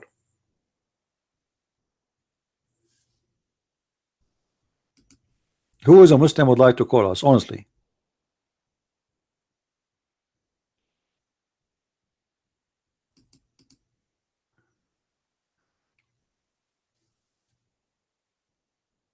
Yeah, you will not do a surgery for someone he is smart. Iman, you know, you have a person like you have the brain of Einstein, and then you say, I'm going to install a dish of wisdom for you.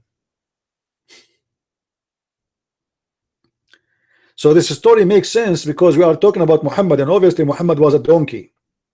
So he needed a dish of wisdom, big dish.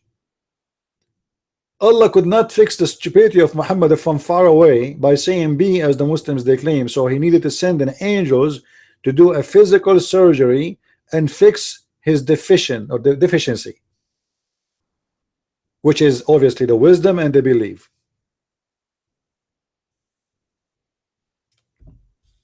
Anyone? Who is the last prophet he have a dish of wisdom and believe? Muslims. Any other prophet or only Muhammad?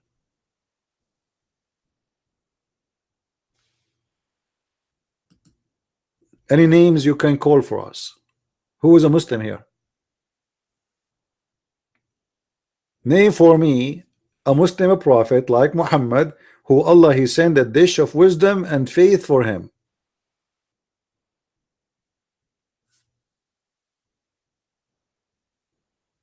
They are here, they are listening, but they hide in the corner. And in the best scenario, the Muslims are praying to Jibril to send them a dish of wisdom so they can refute me.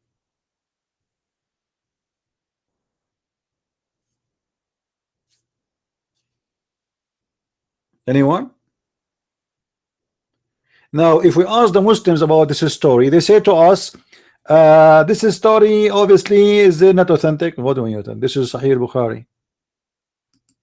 This is Sahih Bukhari, and this is very authentic. Read, read, read. This is where? This is Sahih al-Bukhari. You see it, Abdul? This is very authentic. Sahih al-Bukhari, according to your Islamic propaganda, is the most authentic books of hadith, the most powerful authentic books of hadith. As you see, the 6 authentic books of hadith, you see them. Number 1 is al-Bukhari.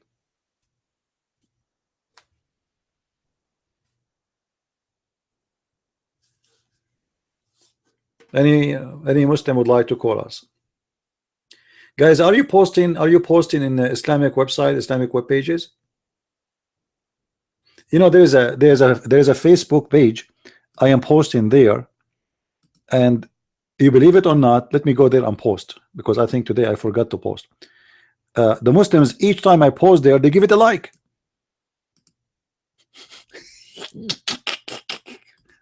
You know, those Muslims who don't speak Arabic from Asia, Indonesia, etc., those countries, anything about Islam, they give it a like. It doesn't matter. I made a page, a special page for the Philippines. You know, I did this page actually when I was in the Philippines, you know, doing the teaching there. So I post there. I find that the only ones who give a like for my post is Muslims. You will see a Muslim woman, she is wearing hijab, giving a like for my post. No, let me see. Let me find the page for those Abduls. Hold on. Devoted Muslims. Yeah, the page is called Devoted Muslims. Let me pause there.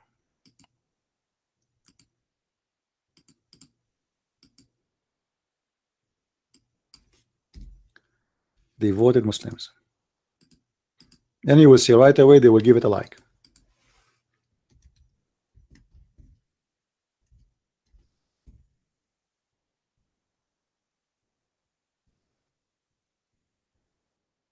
Oops.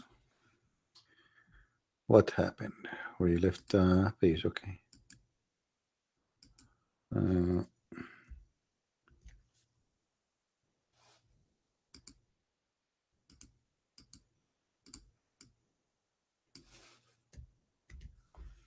Let us see. Maybe we can get some Muslims from here. You know,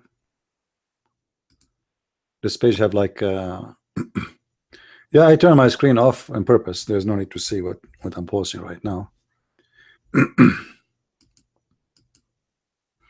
I know it's not allowing me to post. Maybe they ban me. No, it's working. There we go. So this page is called Devoted Muslims. Devoted Muslims. Okay. Anything you post there, they give it a like. It doesn't matter what you post. The Prophet was a gay, they give it a like. The Prophet used to wear his wife's clothes, they give it a like. Just say the Prophet, they give it a like. This is why they are devoted. Think about it.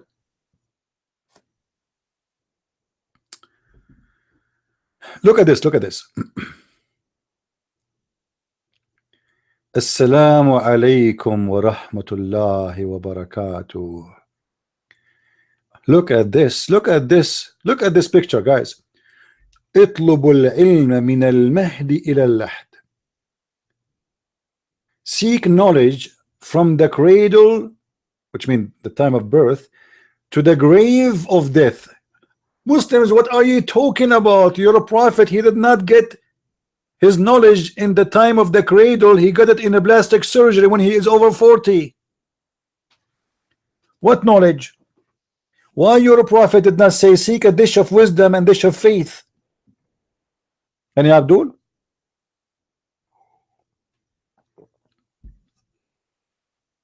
Any Muslim have an idea? Why Muslim they pose those stupid things? And look at this guy. Look, the goat have the name of Allah in it. What do you want to say about this now? How you can refute this? Do you see the goat have the name of Allah in it? What you can do? Look, the goat have the name of Allah posted by brother Hussein Abu Bakr. This is a holy goat. Is that the same goat who ate the Quran? And look what this Muslim he said as a return for the post. Allahu Akbar.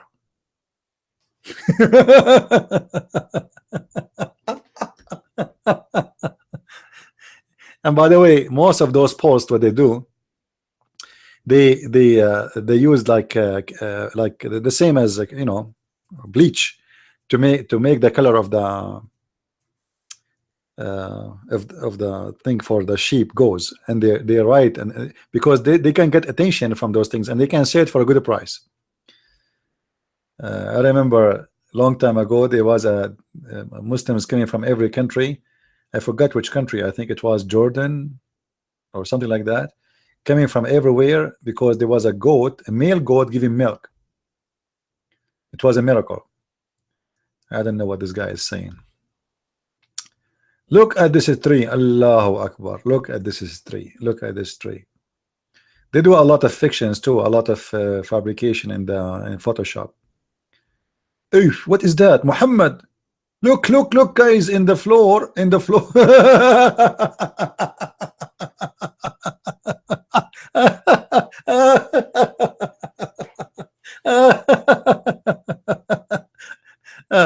they have rocks around it. There's a grass growing. It looked like as if it is the name of Muhammad.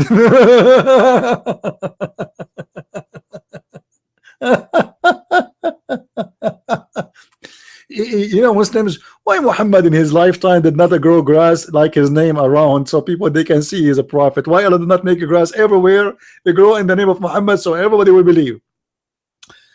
Lord, let us continue. Who is this guy?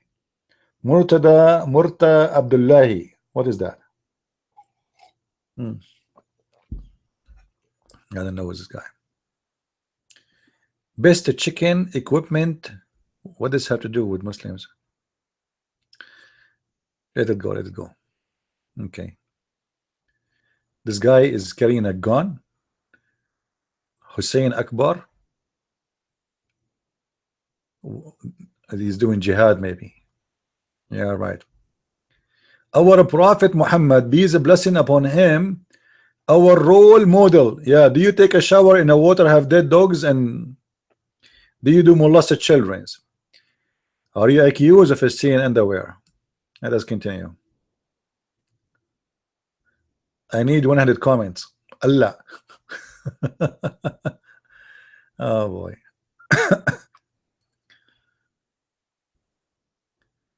Lord have mercy. MashaAllah, MashaAllah. Those are Muslim children in jail. What's happening to those children? Why they are in green? Anyway. Oh, Zakir Naik. Look who is here. Worshipping grow. What? Worshipping grave. Worshipping graves. Islamic preacher. Let us see what this article is about.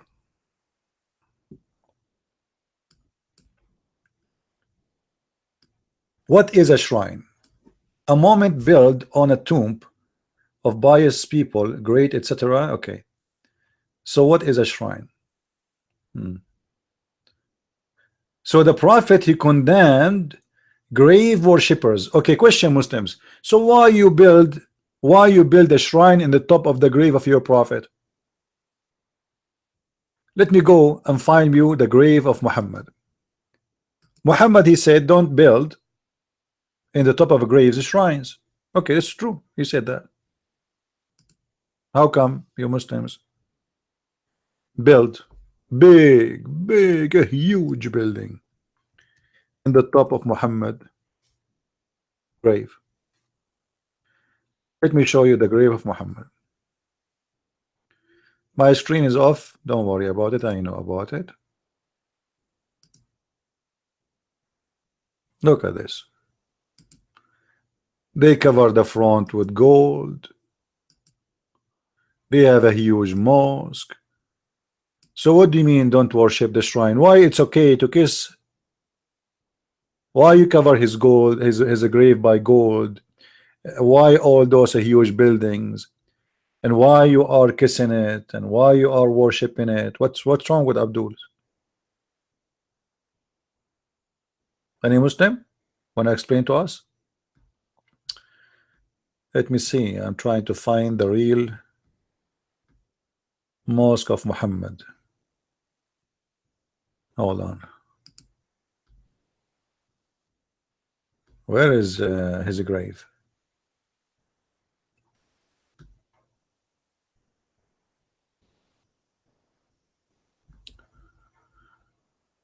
We better go to a website. Hold on. Better than those images. There's a lot of YouTube, but I cannot use it.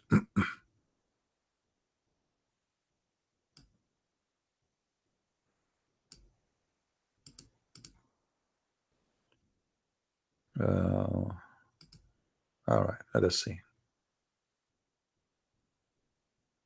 The grave of the prophet from inside. I don't see the pictures. Where are the pictures? YouTube. We do not want YouTube.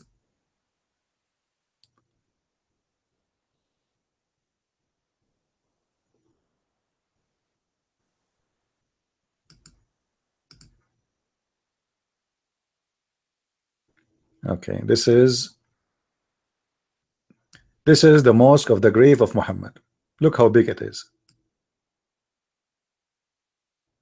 So how they say to us we should not, yeah, this is the mosque.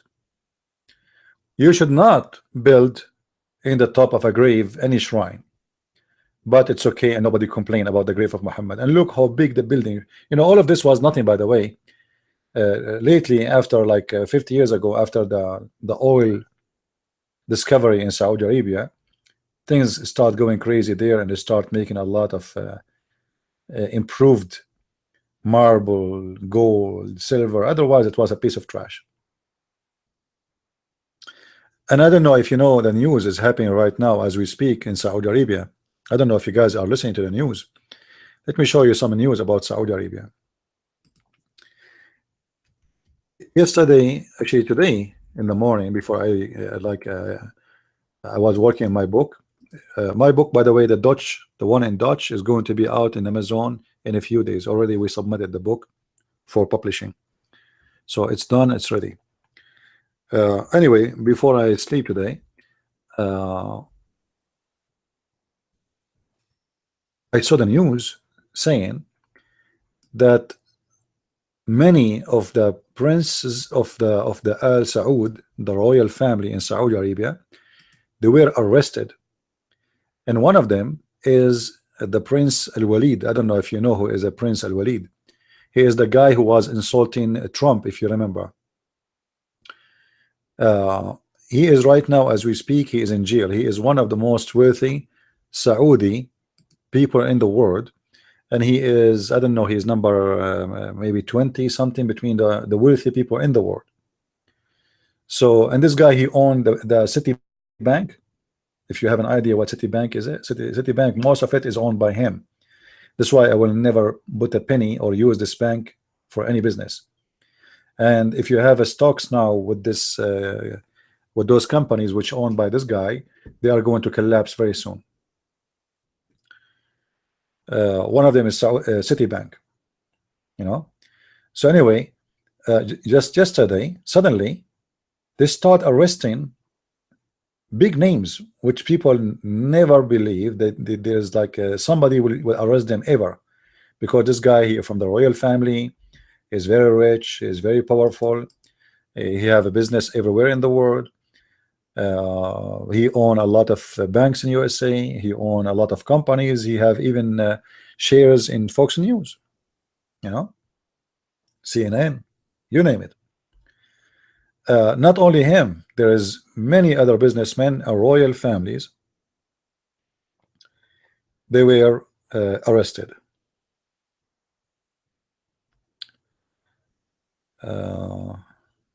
look like Saudi prince killed in helicopter crash in New York. Okay. Let us see what articles are saying. As long as no Muslims is calling, let us see what's happening here. Anyway, I believe that the whole story is not really about anti-corruption. I believe they are corrupt already. Those princes and princes are corrupt, and those powerful men, they are corrupt. But I don't believe for a second the reason is to arrest them is to fight corruption, because the king is corrupt, the crown prince is corrupt, the whole country is corrupt. This is Saudi Arabia. So what the purpose of arresting them, and the accusation is corruption? Simply, the king Salman is getting his son to be the coming king. So the first step he did a few months ago, about 2 months ago, he get rid of the crown prince, which was hired by the king before him as a deal, and he got the son of the previous king out of the picture, so he can guarantee that his son is going to be the coming king. So after they got rid of the previous crown prince, and he hired his son to be the crown prince, and now look like that those princes and the rich men of Saudi Arabia, they were preparing for a coup against like a coup against the crown prince. So I believe that the whole arrest here is just to prevent something from happening. He got intelligence information that they are preparing to take him off or to kill him, so he decided to arrest them all, and the accusation is corruption. I believe they are corrupt, all of them. All the names of those people who they arrested, they are corrupt. There's no question about that. But I don't believe this is the reason to arrest them. The only reason I believe in that they are preparing for something against the crown prince, so he want to get rid of them. And this is a very normal tradition thing to happen in the Middle East. You see, even in the time of Muhammad, if you remember, Muslims, they called Uthman. I mean, look at all the caliph of the Muslims, they were killed by Muslims, right? So it's very normal practice the Muslims kill each other. Saddam, he invaded the Kuwait, etc. The Muslims, they killed Saddam. They killed Al-Qaddafi. They do a conspiracy against each other. Qatar doing conspiracy against Egypt going conspiracy against Sudan doing conspiracy against Somalia. It is Islamic countries, you know. But all of this happened today for a very simple reason, is to guarantee that this guy, the crown prince, he will be able to arrive to be the king. And I will not be surprised if the king announced him to be a king in a few months from now, you know.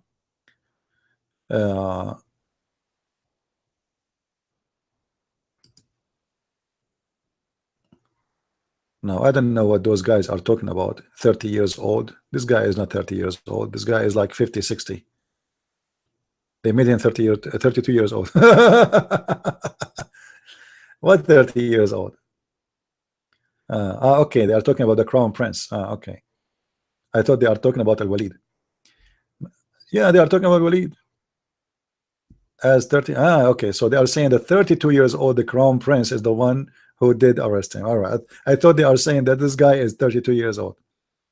Anyway, so soon we will see more drama.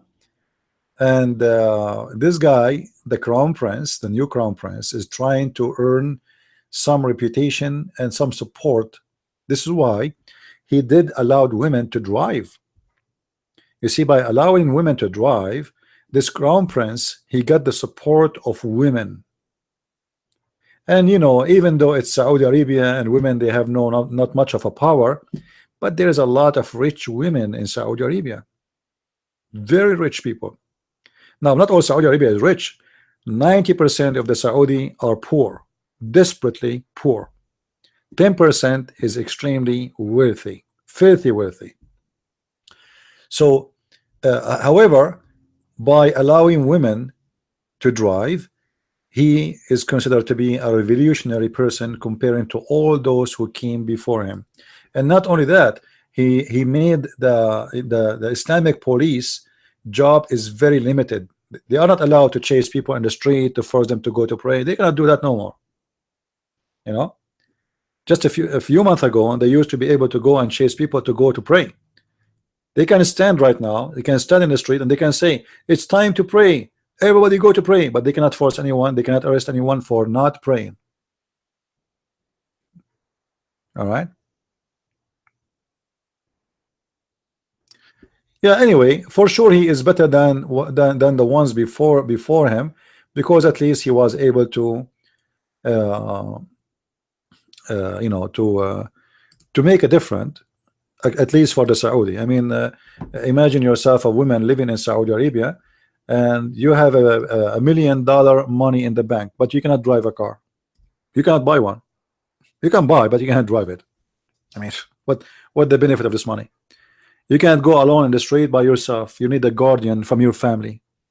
No? Let me see if I can find you list of with pictures. Let us see. We changed the topic because there's no Muslims to call us about the stupid Muhammad. So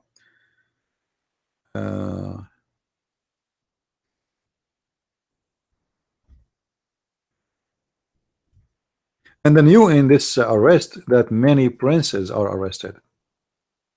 No, many princes are arrested. Okay. Now this is a Muslim website. It's a newspaper. Let us show you on the screen. It's called Jaridat al-Shab. All right. Jaridat al-Shab. All right. Here you will see the pictures of those who are arrested. Princes and businessmen. So this is Al-Walid ibn Talal. This is the Prince Mut'ab. Prince Mut'ab is the same as the son of the King Abdullah, the one he just died, you know. He getting busted. So you see, you can tell they are getting rid of all the powerful names in the royal family. The Prince Turki Ibn Nasser, this guy, all of those, they used to be this guy here. This guy, he was the head of the royal guards, which means a very important position, you know, extremely important position, powerful. This one, he was not a big deal. He was in the government, but not a big deal. Then this is the Prince Walid, the one who was insulting Trump, and then he apologized from him like a cat. Then this is the guy. This guy is a billionaire, if not a trillionaire. He owned the NBC groups, including NBC TVs, many stations in Arabic. This was the Minister of Finance in Saudi Arabia before. This is the guy who was the head of, let us say, the same as the position for the White House, you know, what they call him, like the leader of the royal palaces, a high position. This guy, the head of the investment, this guy, Prince Turki, the son of Abdullah, the prince of the city of Riyadh. This is the Sheikh Saleh Kamil. This is a very wealthy man. He owned many banks. This is let's go down more. This is the person used to work for the royal family for like reception. I don't know why they arrested him, but looked like he stole a lot of money. This is Sheikh Abdullah Saleh Kamil. He is a businessman too. This is his brother, Muhyi Saleh ad-Din Kamil, and he is the owner of ART Sport. And this guy is the cousin of Osama bin Laden. Hold on. Now, bin Laden, many people do not know that bin Laden family is one of the most wealthy, rich families in Saudi Arabia. If you remember when the thunder hit the cranks, which is in the yard of the Mecca, and more than 140 people get killed, this is the guy company, bin Laden Group. So they arrested Bakr bin Laden. He is the CEO of bin Laden Groups. All right. This guy is Khalid al-Mulhim. Khalid al-Mulhim is a sheikh of a tribe. This tribe is spread all over, like they are exist in Saudi Arabia, exist in Jordan, exist in Iraq, exist in Syria. So this is one of them, and he was the head of the Saudi Arabia airline. He was the head of Saudi Arabia airline. This guy he was the head of he was a CEO of a communication group. And then the last two, as they appear in the picture, this is what they have their pictures of only. The Prince Fahd ibn Abdullah. This is the son of the King Fahd. So in this arrest, they got at least 2 sons or 3 sons of 3 kings, and this is one of them. You know, and he was the assistant of the Ministry of Defense before. And then there's somebody here that did not mention his name. I don't know why. They say he is a businessman. So the list, actually, this is only the famous ones. The list is so big. All right. Now, those who invest a lot of money in companies owned by the Saudi Prince Al-Walid, I'm sure they will lose a lot of money with this news, like this guy, because this guy, he owned a lot of companies in USA, and many stupid people, because they are greedy, they invest with companies owned by Saudi.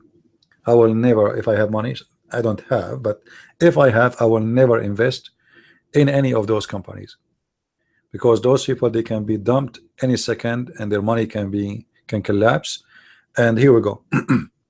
Yesterday he is a prince, today he is a prisoner. So now the future of this man is in the hand of the crown prince of Saudi Arabia. He can destroy him, or he can let him go.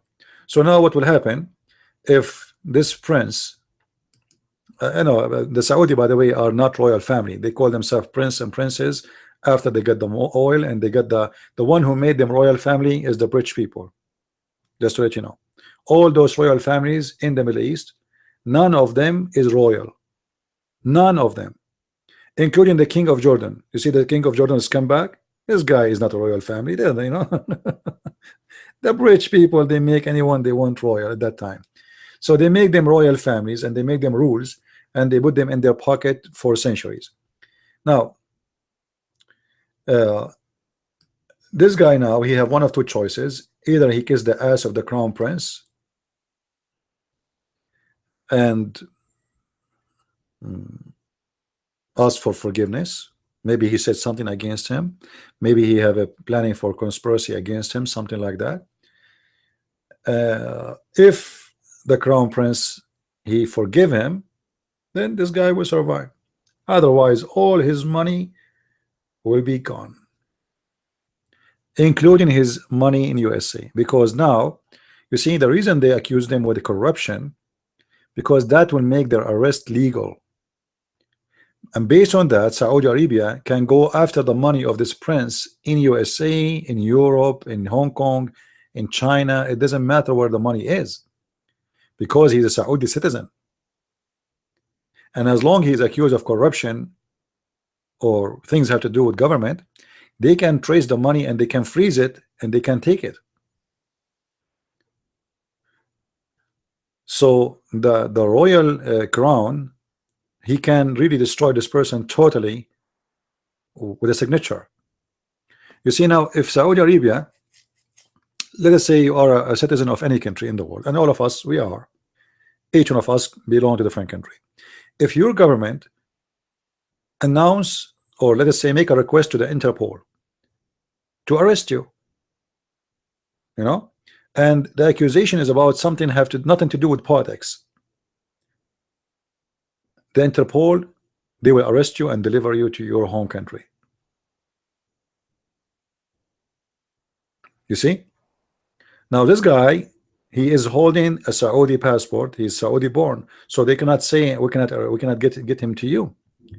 And by doing that, by not involving politics, they can chase him and chase his money anywhere they want. And this is why we will see here the arrest was about corruption, was not about politics. And I believe they did that in purpose so they can chase them after the arrest. Otherwise, they have them already. They live there in Saudi Arabia, all of them, you know. But by making it about corruption, they can chase those people and they can go after them, and they can, you know, destroy their let us say their worth. Not only they put them in jail, you know. Now each one of those, now he will try to kiss the shoes and the ass of the crown prince to make it to let them go. And you know, I never heard of such an arrest. Those guys alone, we're talking about people who own billions and billions of dollars. Those are not just names. You know what I mean? So you are talking about people who they are controlling maybe 50% of the money in Saudi Arabia alone, and maybe 20% of the money in the Middle East. You know, so those are big names. Those are not just like what is the how many $1 billion this Prince Walid he have alone? I'm not sure really how many, but I don't know how many billion. 20, 30, I don't know. What about this guy, the Prince Mutaib? What about the owner of the NBC? The owner of the NBC, this guy, he owned, you know, tons of hotels and buildings in London. I'm surprised that they arrest them all in Saudi Arabia, but because all of those are very filthy rich businessmen. They don't really stay in Saudi Arabia. So I don't know why they are there. It looked like it was a plan, something planned for to bring them all. I mean, how they can gather all those people at the same time to be in Saudi Arabia? You know, it looked like it's something they planned for a long time to arrest them all in the same time in one shot. Not NBC, NBC.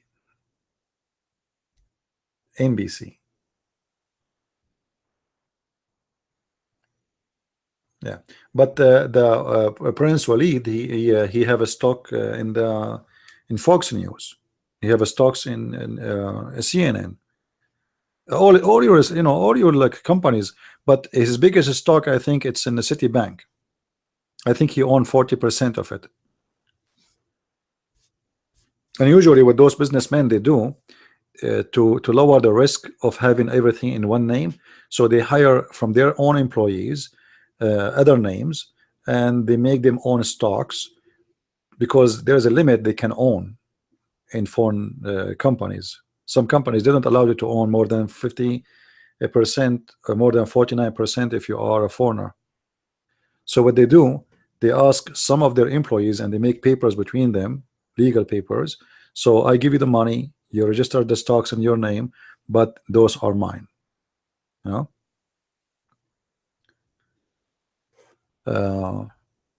So the story is very fishy, and obviously it is not. It's not really about corruption.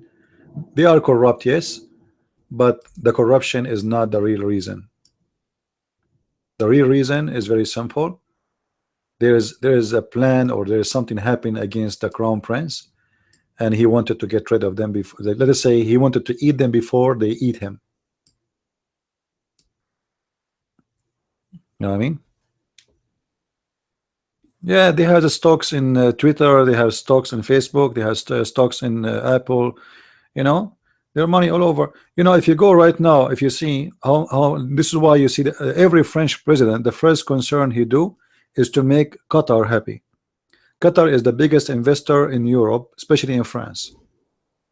There's no president, there's no French president ever he will make the Qatari upset. This is why you will see that there is a perfect match between the foreign politics of Qatar and the foreign politics of France. Perfect match. Why? Because Qatar own the major hotels and businesses, even sport teams. Go right now, check how many sport teams in England, as an example, owned by Muslims. Muslim businessmen who they are from Qatar and Saudi Arabia, etc. Go check. Like, you know, you hear big names like Manchester United. Who own Manchester United? Who own all those big things? You know, you see, each time you watch a TV of football today, you are giving money to the Muslims. Those are not really, those are not local businesses no more. They are owned by the Muslims.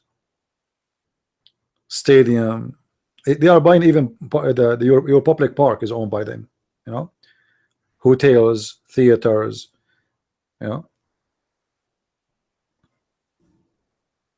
Anyway, for me, maybe the Muslim, they try to involve themselves by their money in the politics of those countries, but at the end of the day, it's going to be for the benefit of the country that the money of those people come in there. The Muslim, they are power seekers, you know, because of their evil. They try to seek power by money, but that will not help them, because at the end of the day, the money will stay there. You know, like now, if this prince he die, the Prince Walid, the USA government will take a big portion as tax from that money. He like it or don't, it doesn't matter.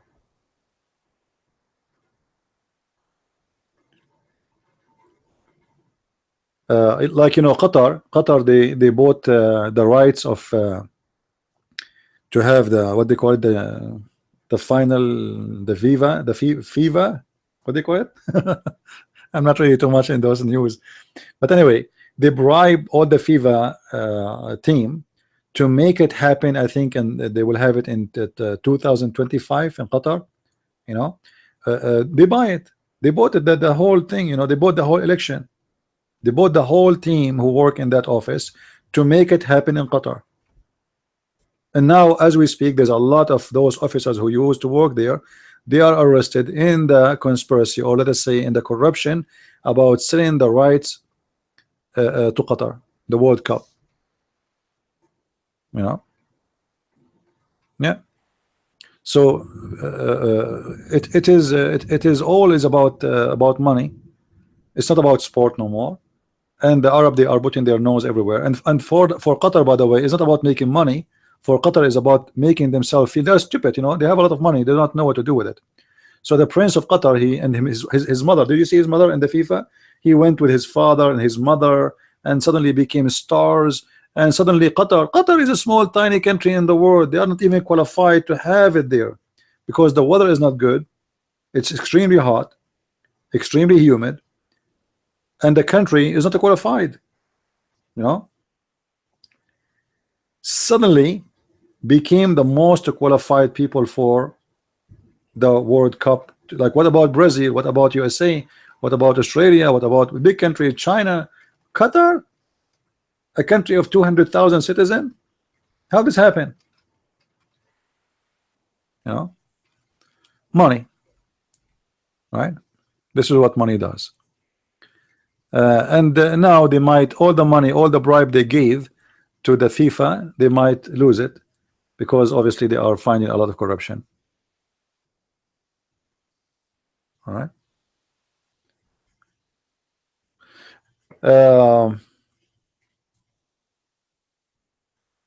Do we have any Abdul?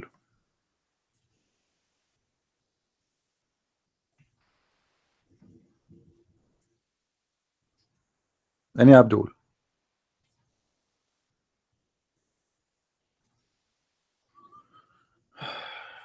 No Abdul.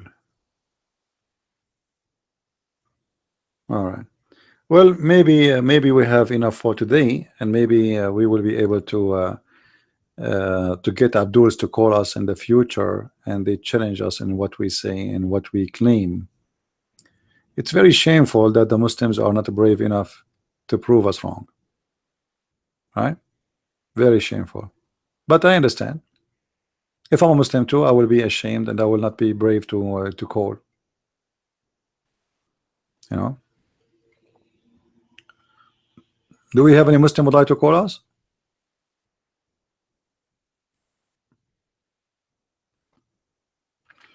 You know, first of all, why in the world anyone want to pay money to go and watch a football game?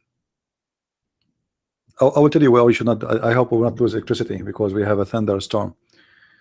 I see my light is flicking. Don't lose electricity.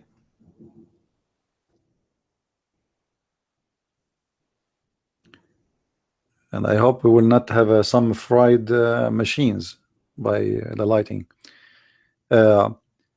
All those you know what they call them sport is nothing but to take your money.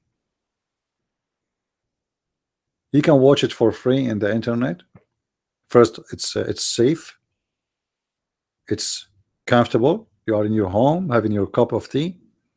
It's secure. There's nobody will take your wallet, and nobody will scam you, and nobody will send you an expensive ticket. You do not need to pay for transportation, and you are not making the rich one more rich for nothing. And as you see, it's involved Arab and terrorist and scam. And why you want to make the rich people rich from your pocket? They are filthy rich already. Or you know, like they make an occasion like for beauty queen. I mean, what is this beauty queen thing? I mean, it's just stupid. And do you really believe there's a beauty queen? Everything is about a bribe and business. And you know, people, their mind became corrupt, stupid. They don't want to think. Beauty queen. Let us go and watch the beauty queen. So you are going there to see exactly what? A woman in the bikini. Even if that is your intention, go to the beach, have a vacation. What with beauty queen? And what is the big deal of a woman? She is beautiful. I mean, there's a lot of them. There's a lot of them in the street. They are more beautiful than those who win the beauty queen. So what is special about it? People are, you know, their mind is stupid, you know, beauty queen. And then the beauty queen, she is what? You find later that she is a whore. Who is the beauty queen? They sleep with them. Did you see what the news in Hollywood? All those actors, they force them to sleep with them before they make them famous. And then why those actors who they are raped many times, many times, they never spoke about it? Because they are whores. You know what I mean? How come you accept rape for many years, and now because now you are famous, you do not need this guy, the scumbag, so now you want to expose him? You know what I mean?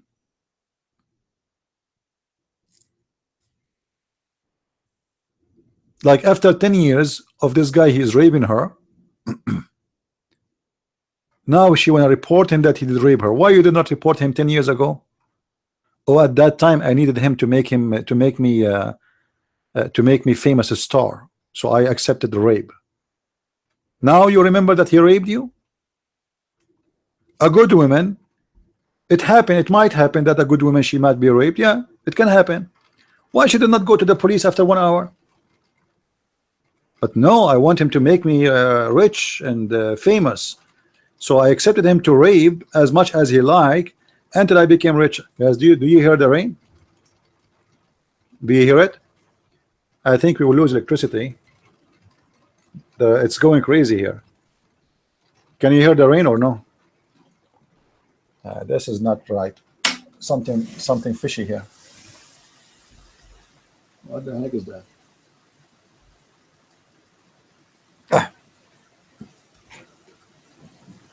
Look like we are going to lose electricity. So guys, I'm going to close it here. I apologize. I will turn off my computer. I don't want my computer to be fried because we have lighting, very strong lighting. So I want to say thank you for being here. May the Lord bless you all. And I might do podcast again tomorrow. So just subscribe and join us, and we will learn more and more. And I hope next time we will have more Abduls to call us and to join us in exposing the cult of Islam. And maybe they can explain to us why Muhammad had a plastic surgery to earn knowledge and wisdom. Thank you, and may the Lord bless you all. Christ is Lord, Islam is false. Amen to that. And see you soon again. Bye-bye.